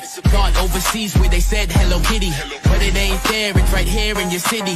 When I turn my back, now the cat goes missing and where my peoples is at. Does anybody know where he took with that? Cause I heard they putting claws on. Is it still playing? I can't even see if it's playing. Just like Felix the cat. Got paid back. Thought she was a goner, but the cat came back. If you ain't a pussy cat, say drop that cat. Drop that cat. Drop that cat. Got paid back. Thought she was a goner, but the cat came back. If you ain't a pussy cat, say drop that cat. Drop that cat. Drop that cat. They're eating the dogs. They're eating the cats. Eat the cat. Eat the cat. They're eating the cats. They're eating the dogs. Eat the cat. Drop that cat. Nah, it's locking the computer up.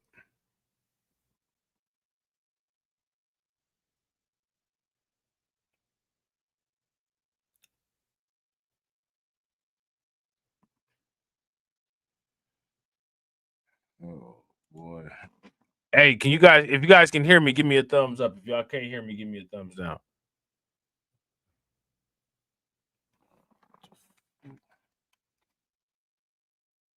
Let's see.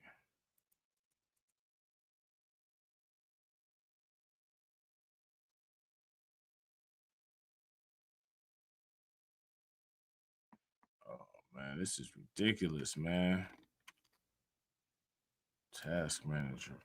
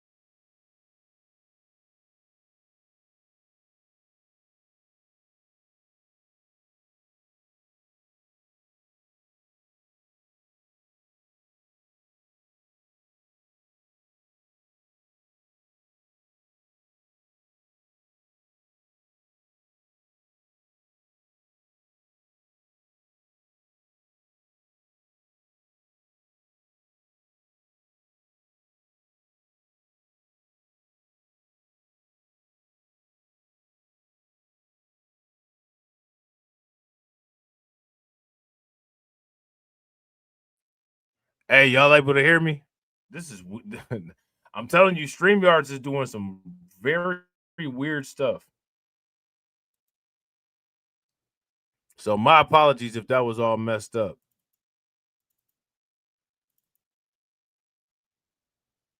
But StreamYards doing some StreamYards doing something strange without no change involved. All right, so shout out to Brooklyn Queen, man. Make sure y'all show Brooklyn Queen some love. I definitely appreciate you. And I'm gonna try to stay on point with the streams and all that. I just haven't had a chance to. Your boy been busy as hell. All right, so I'm gonna try to stay up to date. I'm gonna try to drop videos if I can. I don't know if I'm gonna be able to though, but I'm gonna try. All right. So as always, ladies and gentlemen.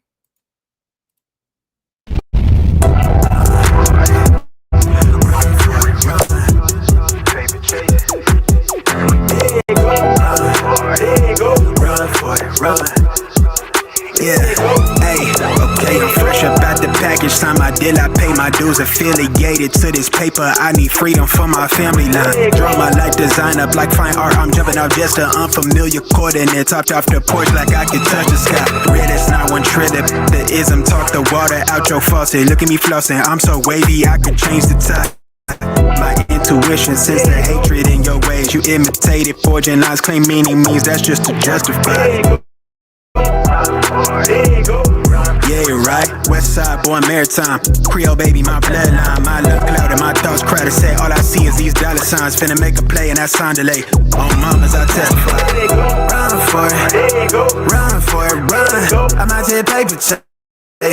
Looking for fun, run for it, run for it, run. I'm out here paper chase, looking for the fun, run for it, run for it, run. I'm out here paper chase, looking for the fun, run for it, run for it, run. I'm out here paper chase, looking for the fun.